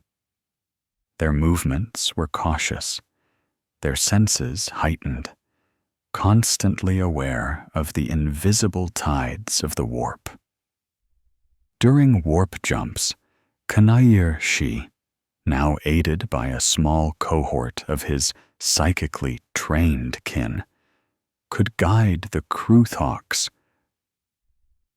with even greater precision. They could perceive not just safe paths, but also the subtle, energetic signatures of other vessels, allowing them to remain undetected. They became ghosts in the void, appearing and disappearing with unnerving efficiency. Their existence became one of constant vigilance. They maintained a skeletal crew on the Kroothawks, running the occasional essential supply run, but always remaining wary, knowing that Inquisitor Thule's pursuit was relentless. They transformed the dense jungle surrounding the cavern into an elaborate defensive network, using their newfound intuitive senses to detect threats long before they reached the shard. They were no longer the swaggering void runners of the galactic fringe. They were the silent kin, a hidden brotherhood, profoundly changed, forever marked by their impossible lineage. Their sanctuary in the nebula, masked by their controlled warp site and the Zelkoth shard's emanations, became a haven for those Kroot suffering the warp taint, a place of arduous healing and dangerous experimentation. They were adapting, as Kroot always did, but this adaptation was fraught with an existential terror that no Kroot had ever faced. They had brought the warp into their very souls, and now they had to learn to live with it, or be consumed by it. The long war had begun, not just against the Imperium, but within themselves. Of all the Kroot within the Kanair kin bond, none bore the burden of the Valerius legacy more heavily, nor with more desperate resolve, than Shaper Kanair Shi. He was the catalyst, the one who had made the fateful decision, and now he was the crucible in which the two disparate genetic legacies clashed and, perhaps, forged a new path. His personal journey was a harrowing, solitary one, fought not with blade or quill rifle, but within the boundless, terrifying landscape of his own mind. His Kroot body, honed for countless generations of hunt and survival, was now a battleground. The Valerius memories, once a chaotic torrent, had settled into a constant hum of awareness, a pervasive alien consciousness that was forever intertwined with his own. He heard the voices of dead navigators echoing in his thoughts, the wise pronouncements of patriarchs, the fearful whispers of younger scions, the agonizing death screams of the Valerius who had perished on the Astor's gaze. They were not separate entities, but rather fragments, impressions that colored his every thought, his every perception. He saw the world through two sets of eyes. His Kroot vision, sharp and predatory, perceived the tangible reality. But his inner eye, the psychic legacy of the navigators, simultaneously saw the shimmering, turbulent currents of the warp that underlay all things. He saw the faint, ghostly outlines of warp entities lurking in the shadows of real space, the subtle psychic emanations of every living being, the delicate, intricate threads of fate that weave through the immaterium. It was a constant, overwhelming flood of information, a brutal awakening to the true nature of the galaxy. The parasitic entity, the hidden vulnerability of House Valerius, was Kanayir-Shi's most insidious adversary. It lurked in the psychic depths of his mind, a formless echo that fed on fear and sorrow. It amplified his moments of doubt, whispered temptations of reckless power, and sought to plunge him back into the chaotic madness that had claimed so many of his kin. He had to maintain an almost superhuman level of mental discipline, constantly pushing back against its insidious influence, lest it overwhelm him and turn his powers against his own kinband. The crystal shard of Azelkoth helped, its benevolent energies a constant shield, but the internal fight was Kanayir-Shi's alone. Sleep offered no respite. His dreams were vivid, terrifying tapestries woven from the nightmares of House Valerius and the primal fears of the Kroot. He relived the final moments of the Astor's gaze, watching, helpless, as the navigators descended into madness. He saw the warp's horrors up close, unshielded, unfiltered, until he awoke in a cold sweat, his quills rigid with terror. Yet, amidst this personal hell, Kanayir-Shi found a grim purpose. He had brought this upon his kinband, and he would guide them through it. He became the living bridge between Kroot pragmatism and human psychic potential. He understood the Kroot's aversion to the unnatural, but he also comprehended the immense power that lay dormant within the navigator legacy. His unique position allowed him to interpret the strange new realities for his kin, to devise the arduous mental exercises required to control their burgeoning warp sensitivities, and to instill in them the discipline needed to fight the internal parasite.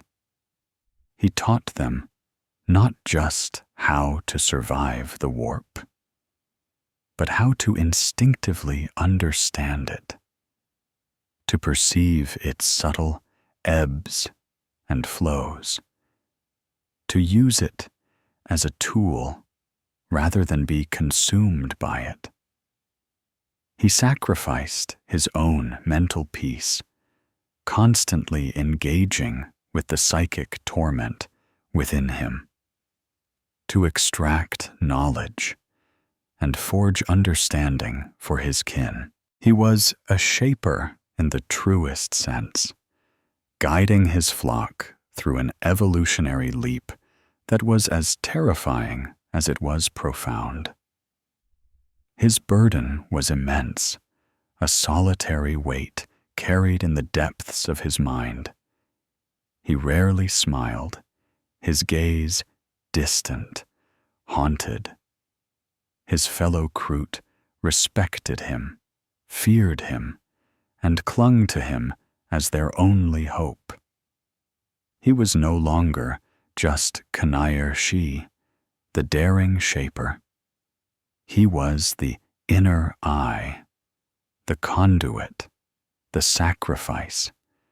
He was the manifestation of their terrible gift and their desperate struggle, a living testament to the grim reality that in the 41st millennium, salvation often came wrapped in unimaginable pain, and heroism was a solitary, agonizing vigil against the endless night. The fragile peace and arduous training within the Zelkoth sanctuary could not last forever. Inquisitor Rian Thul was a predator, patient and utterly relentless. His initial encounter with the Kanair kin bond and the anomalous psychic feedback had only deepened his resolve and confirmed the unprecedented nature of the threat. The sable shroud, guided by the meticulous records of Kroot warp signatures and Thuli's uncanny ability to anticipate Xenos movements, had been steadily closing the gap. Thul's agents, having infiltrated the shadowy trade networks that the Kanair occasionally still used for vital supplies, had finally located Zelkoth. The planet's unique psychic emanations, though usually masked by the crystal shard, had on occasion flared during particularly intense Kroot training sessions, providing Thula with the final, chilling confirmation of their sanctuary. The attack came without warning, a surgical strike honed by imperial might and inquisitorial cunning. The sable shroud, accompanied by 2 swift Cobra-class destroyers, burst from the warp far from Zelkoth's primary star, using a complex warp shadowing technique to avoid early detection. The orbital batteries of the Kruthawk's Cry, still battle-scarred and operating at reduced capacity, were quickly overwhelmed. Imperial assault cruisers, swift and deadly, deployed wave after wave of stormtroopers, Skitarii Vanguard, and towering space marine terminators, a force of overwhelming might designed to crush any resistance. Kanayir-shi, deep within the cavern, felt the first tremors of the planetary bombardment through the crystal shard, which pulsed frantically, its serene glow now flickering with alarm. The whispers in his mind, usually controlled, erupted into a cacophony of fear, the valerious memories screaming of impending doom, the parasitic entity feeding greedily on the collective terror. "They are here," Kanayir-shi roared, his voice cutting through the psychic static. "Thule, the silent kin, to arms! Defend the shard!" The Kanayir kin band, though still recovering and outnumbered, was no longer a fractured force. The years of arduous training under Kanayir-shi had forged them into a cohesive, if grim, unit. Their individual warp sensitivities, now refined, allowed them to fight with an uncanny, almost precognitive edge. They moved through the dense jungle defenses they had built, anticipating Imperial troop movements, setting ambushes with brutal efficiency. But the Imperial forces were too vast, too well equipped. Stormtroopers, their carapace armor deflecting Kroot quills, advanced with disciplined fire. Skitarii, their bionics whirring, scoured the jungle with volleys of galvanic and arc rifle fire. And then came the Terminators, implacable, ceramite-clad giants, their power fists crushing the ancient flora, their storm bolters spitting death. The battle for Zelkoth became a brutal, desperate last stand. Kroot, using their innate agility and the psychic pre-sense of their hybrid vision, fought with a feral savagery. They could feel the psychic emanations of the Imperial forces, detect their intent, and anticipate their attacks. They fought like ghosts, fading into the jungle, striking, and then vanishing. They used their controlled warp senses to disrupt Imperial comms, to sow confusion, even to generate localized psychic static that caused Imperial servitors to malfunction. Kanayir-shi was everywhere, a whirlwind of blades and psychic power. He channeled the crystal shard's energy, not for offensive psychic blasts. A Kroot could never match a sanctioned Imperial psyker in raw power, but for defensive and disruptive purposes. He created localized psychic static to shield his kin, briefly clouding the senses of Imperial targeting systems. He used his inner eye to anticipate the flanking maneuvers of the stormtroopers, allowing his Kroot to ambush them from unexpected quarters. The parasitic entity within him, however, pulsed with ravenous hunger, urged him to give in to raw power, to succumb to its influence, to lash out with uncontrolled warp energy. He fought it constantly, even as he fought the Imperials.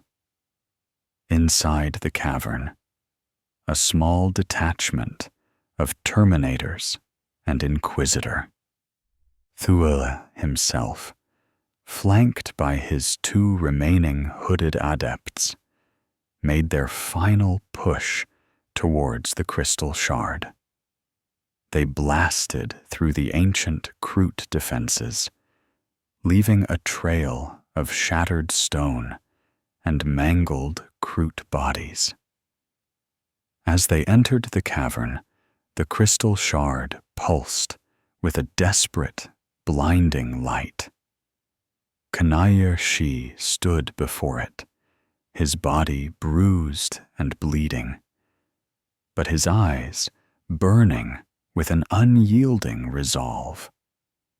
Around him lay the bodies of his kin, including Vorgon, who had finally fought shoulder to shoulder with his tainted brethren, dying a warrior's death. Inquisitor Thule regarded Kanayir Shi with a grim satisfaction. "The Xeno's abomination," he intoned, his voice devoid of pity. "Your existence is a blasphemy against the Emperor's light. Your species twisted the sacred gift of humanity. You will be purged." But before Thule could issue the order to fire, a Kroot warrior, his eyes wide and vacant, a permanent rictus of terror on his face, one of the most severely afflicted by the Valerius legacy, driven past the brink by the psychic intensity of the battle, emerged from the shadows. His face was a mask of despair, his actions driven by a profound, uncontrolled fear and the parasitic entity's subtle urging. He had been lurking, a hidden viper within their ranks, his mind shattered beyond Kanayir Shi's ability to heal. With a guttural cry that was more raw terror than Kroot speech, the mad Kroot unleashed an uncontrolled psychic scream, a terrifying, unfocused blast of pure warp energy. It was not aimed at Thule, but rather an indiscriminate burst of agony and terror, a final, desperate act of a broken mind. The blast did little to the Terminator armor, but it slammed into the hooded adepts, shattering their carefully constructed mental shields, sending them reeling in agony. Crucially, it created a momentary ripple in the psychic defenses around Inquisitor Thule, a fleeting vulnerability in the chaos of the cavern. Kanayir Shi saw it. He saw the opening, the infinitesimal gap in Thule's guard, amplified by his own heightened warp sense. The mad Kroot's betrayal, though devastating, had presented a terrible, desperate opportunity. The darkest hour had arrived, and with it, the moment for the ultimate sacrifice. The mad Kroot's uncontrolled psychic scream echoed through the cavern, a dying shriek of terror and confusion. It had scattered Thule's psychers, momentarily disabling them, but it had also cost Kanayir Shi precious seconds. Imperial Terminators, their power fists already raised, lumbered forward, their storm bolters were roaring, their ceramite forms impervious to the Kroot's conventional weaponry. Kanayir-Shi was out of time, out of options, and facing the inevitable. In that instant, as the bolts tore through the air and the ground shook with the advance of Thula's elite, Kanayir-Shi saw a multitude of futures flicker through his inner eye. He saw the Kanayir kinband eradicated, their unique legacy snuffed out, their sacrifice for naught. He saw Zelkoth burned to ash, the crystal shard shattered. He saw the parasitic entity, unleashed and uncontrolled, spreading through the galaxy, devouring Kroot and human souls alike. And he saw one other future, a terrible, desperate path that demanded the ultimate price. He made his choice, a decision born of Kroot pragmatism, Valerius desperation, and a profound, alien love for his shattered kin. He lunged, not at Thula, but towards the crystal shard itself, his remaining warriors, those still capable of moving, forming a desperate, dying shield around him. Their quills flared in defiance, their blades glinted as they met the onslaught of the Terminators, buying their shaper mere heartbeats of time. Kanayir-Shi slammed his clawed hands onto the immense, crystalline surface of the shard. He closed his physical eyes, and within his mind, he flung open the psychic gates, fully unleashing the Valerius legacy. He embraced the chaotic deluge of whispers, the terrifying vision, the parasitic entity that coiled within him, now screaming in triumph as it sensed an opening. But Kanayir-Shi did not succumb. Instead, with a raw, primal scream that tore from his very soul, he wrestled with the warp within him, twisting the crystal shard's benevolent energies to an unthinkable purpose. The shard was designed to filter and focus, to amplify and stabilize. Kanayir-Shi forced it to do the opposite, to purge. He poured every ounce of his will, every fiber of his being, into the shard. He overloaded it, pushing its functions beyond its intended purpose.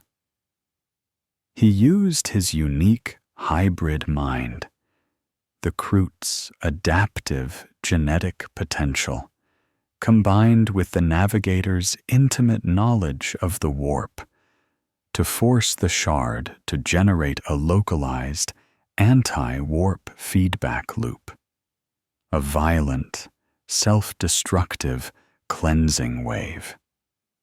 He was creating a psychic maelstrom, but one designed not to empower, but to scour. The crystal shard pulsed, not with a gentle light, but with an excruciating, blinding white flare. Raw warp energy, twisted and corrupted, erupted from Kanayir-Shi, channeled and then violently refracted by the overloaded shard. The parasitic entity within him shrieked, a soundless scream of pure agony and protest as its subtle hold was violently torn away. It was being ripped from his very soul, incinerated by the purifying fire of the shard. The effect was instantaneous and devastating. The cavern filled with an unbearable, piercing shriek that resonated not just in the air, but in the very minds of all present.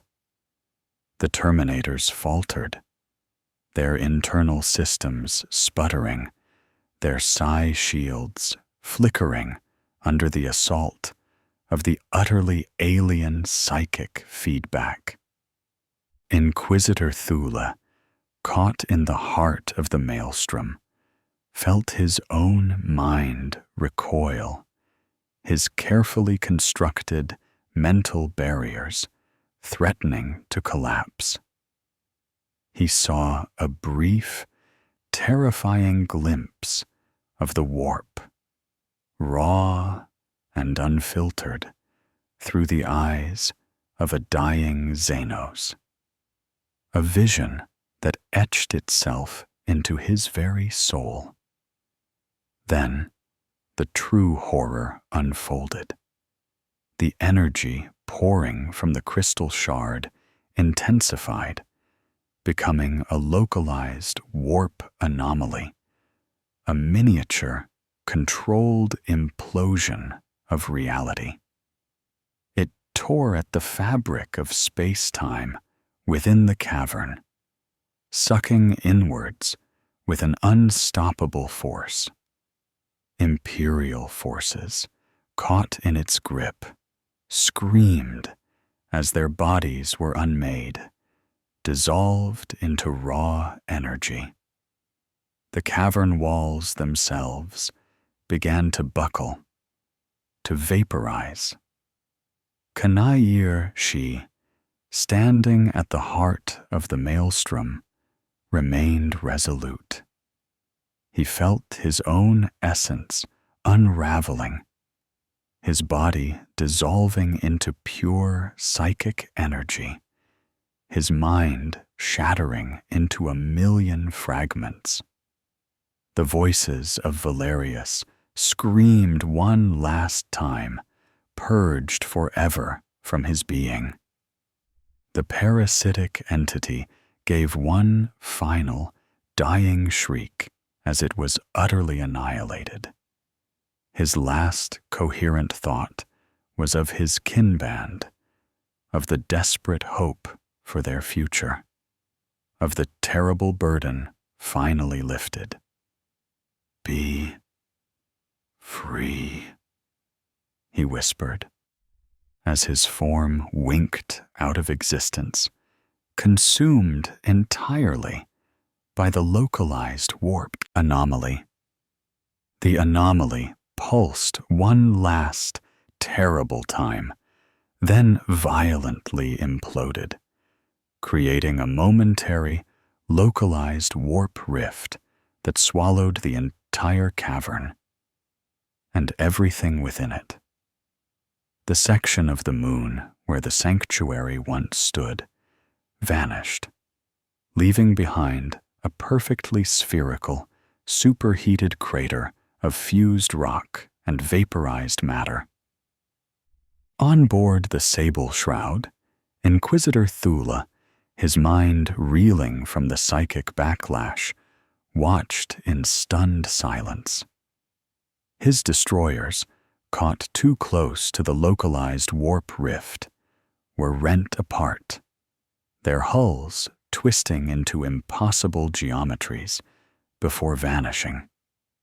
His flagship lurched, buffeted by the impossible energies.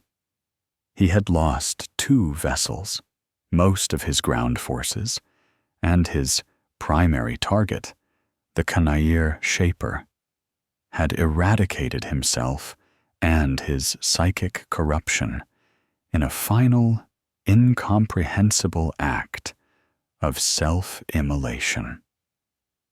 The sacrifice of Kanayir Shi had saved his kin.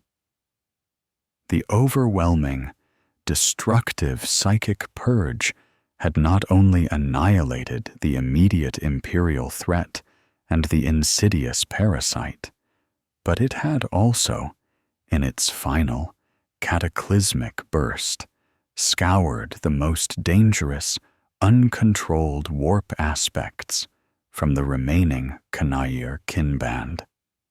They were wounded, broken, but free from the immediate madness. The ritual of the self-extinction protocol was complete.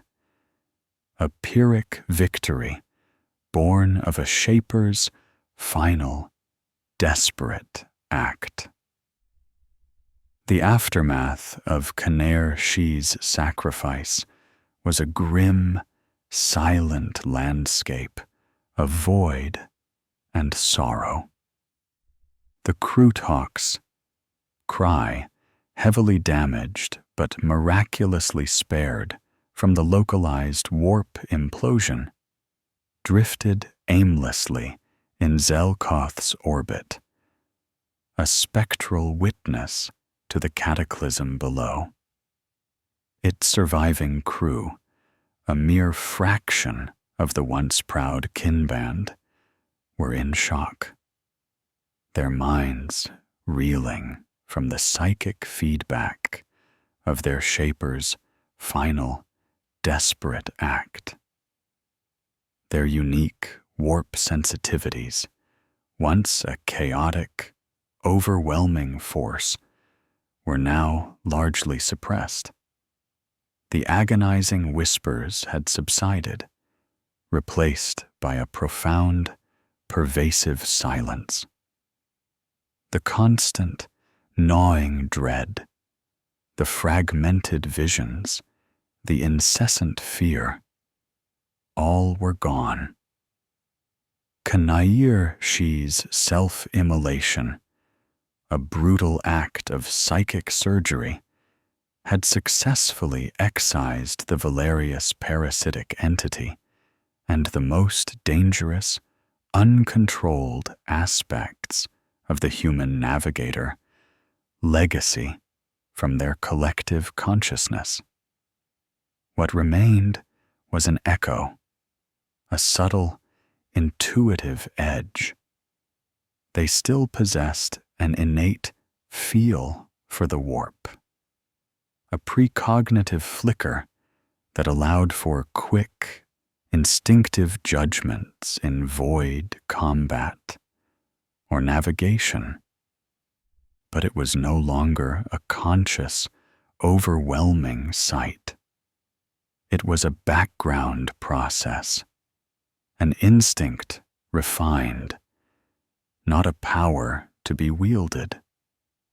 The madness had receded, but with it, the raw, terrifying power that had brought them both fame and despair.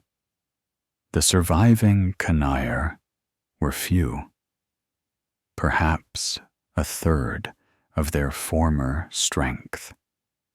Many had died in the battle against Thula's forces. Others, the most severely afflicted by the Valerius legacy, had been caught too close to the shard's final detonation and simply vanished, consumed, along with Kanayir Shi. Shaper Vorgan, who had fought with grim determination in the final moments, had perished beneath the boots of a Terminator, his body riddled with bolter rounds. The kinband's leadership, save for a few junior Shapers, was gone. A deep melancholy settled upon the silent kin. They mourned Kanayir Shi, not just as a Shaper, but as a martyr, a necessary sacrifice. They understood, in a way no other Kroot kinband could, the profound, tragic weight of his final act. He had saved them from the twin horrors of imperial extermination and psychic madness, but at the cost of his very existence, and at the cost of their unique, terrifying potential. Inquisitor Thule, his flagship battered and his forces decimated, made no attempt to pursue the crippled Kroot's cry.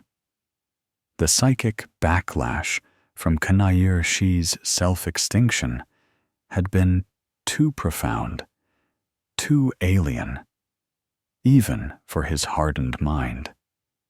He registered the event as a success. The unprecedented zenotic psychic threat had been annihilated, the abomination purged. But he also carried the scar of that terrifying glimpse into the raw warp, a silent testament to the alien nature of the foe he had faced. He would forever be haunted by the vision of a Kroot's mind, twisted by human legacy, embracing self-destruction to protect its kin. The Kanair kinband, now without a clear leader or purpose, abandoned Zelkoth. The planet, once their sanctuary, was now a grave, tainted by the memory of the immense sacrifice. They retreated to the outer reaches of the galaxy, shunning the established Kroot trading routes and mercenary enclaves. They became solitary, haunted, hunted by the lingering memory of imperial pursuit and the trauma of their experience. Their existence devolved into a more traditional, survivalist Kroot existence. They became masters of stealth and evasion, avoiding conflict whenever possible, their unique, muted warp sense giving them an uncanny ability to vanish without a trace. They no longer sought out exotic genetic material for consumption, fearing the reignition of the Valerius curse. Instead, they focused on maintaining the purity of their own Kroot lineage, a solemn vow to Kanair Shi's sacrifice. They were no longer the proud Void Runners or the ambitious Kanair. They were simply the silent kin, a fragmented remnant, forever marked by their brief, tragic dance with humanity's psychic potential. Their survival was a testament to Kroot adaptability, but their existence was a quiet, profound tragedy, a flickering candle in the grim darkness, forever shadowed by a memory they could not erase, a gift they dared not use. The Kanair kinband, now universally known as the Silent Kin among the sparse communities of the galactic fringe, vanished into the vast, uncaring void. Their legend, whispered in hushed tones around flickering campfires and in the shadowed corners of Xenos cantinas, was a grim, cautionary tale, a testament to the perils of greed, ambition, and the dangerous consumption of alien knowledge. They were a scar on the Kroot collective memory, a kinband that had dared to gaze too deeply into the void, and paid an unimaginable price. Their former strength was a distant memory.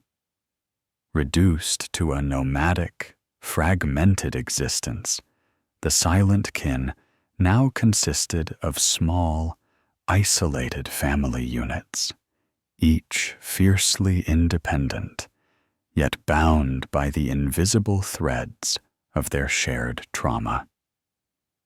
They roamed the forgotten corners of the galaxy, inhabiting asteroid fields, desolate moons, and the lightless depths of nebulae, places where the Imperium rarely ventured and where other Xenos held little interest. Physically, they bore subtle marks of their ordeal. Their quills, once vibrant and expressive, were often duller, more prone to lie flat. Their eyes held a distant, haunted quality, reflecting a knowledge no Kroot was meant to possess. They were leaner, more guarded, their movements imbued with a quiet efficiency born of perpetual vigilance. Their Kroot instincts for genetic adaptation had been profoundly altered. A deep, ingrained aversion to powerful, esoteric genetic material now guided their consumption. They sought only the most mundane, strengthening traits, shunning anything that might reawaken the sleeping terror within their lineage. The Valerius legacy was not entirely gone. It had been purged of its madness, its parasitic corruption, and its overwhelming force, but a subtle, indelible imprint remained. Their inherent Kroot intuition was sharpened, now infused with a faint, almost subconscious feel for the warp. They could sense shifts in the immaterium, feel the subtle approach of warp-capable vessels, and navigate treacherous regions of space with an uncanny, almost preternatural grace that still surpassed most other Kroot. But it was a silent gift, never openly acknowledged, never overtly wielded. They were Kroot who understood the warp, but dared not look, their inner eyes forever veiled by a self-imposed psychic blindness. The fate of Shaper Kanayir Shi became a sorrowful, sacred part of their lore. He was remembered as the Shaper who became the Void, a figure of both reverence and tragic warning. His sacrifice was recounted in hushed tones, a testament to the ultimate price of leadership and the terrible burden of charting a new, unknown path. His legacy was the survival of his kin, but also their profound, eternal silence. He had freed them from the madness, but bound them to a quiet, sorrowful existence, forever set apart from other Kroot. The broader Kroot protectorate, hearing fragments of their tale, came to regard the silent kin with a mixture of pity and fear. They were seen as a tragic aberration, a kin band that had veered too far from the ancestral path and been punished by the harsh realities of the galaxy. No other Kroot kin band dared to follow their example. The tale of the Valerius curse serving as a potent deterrent against reckless genetic assimilation. Inquisitor Ryan Thule, though he never encountered the Silent Kin again, carried the memory of Kanair-Shi's final act to his grave. The glimpse of the Kroot's mind, so alien, yet so profoundly sacrificial, had shaken his dogmatic certainty, leaving a tiny, unhealable crack in his implacable resolve. He wrote extensively about the Kanair kin bond in his private journals, classifying them as an extinct xenological oddity, yet forever pondering the meaning of their terrifying, unique adaptation.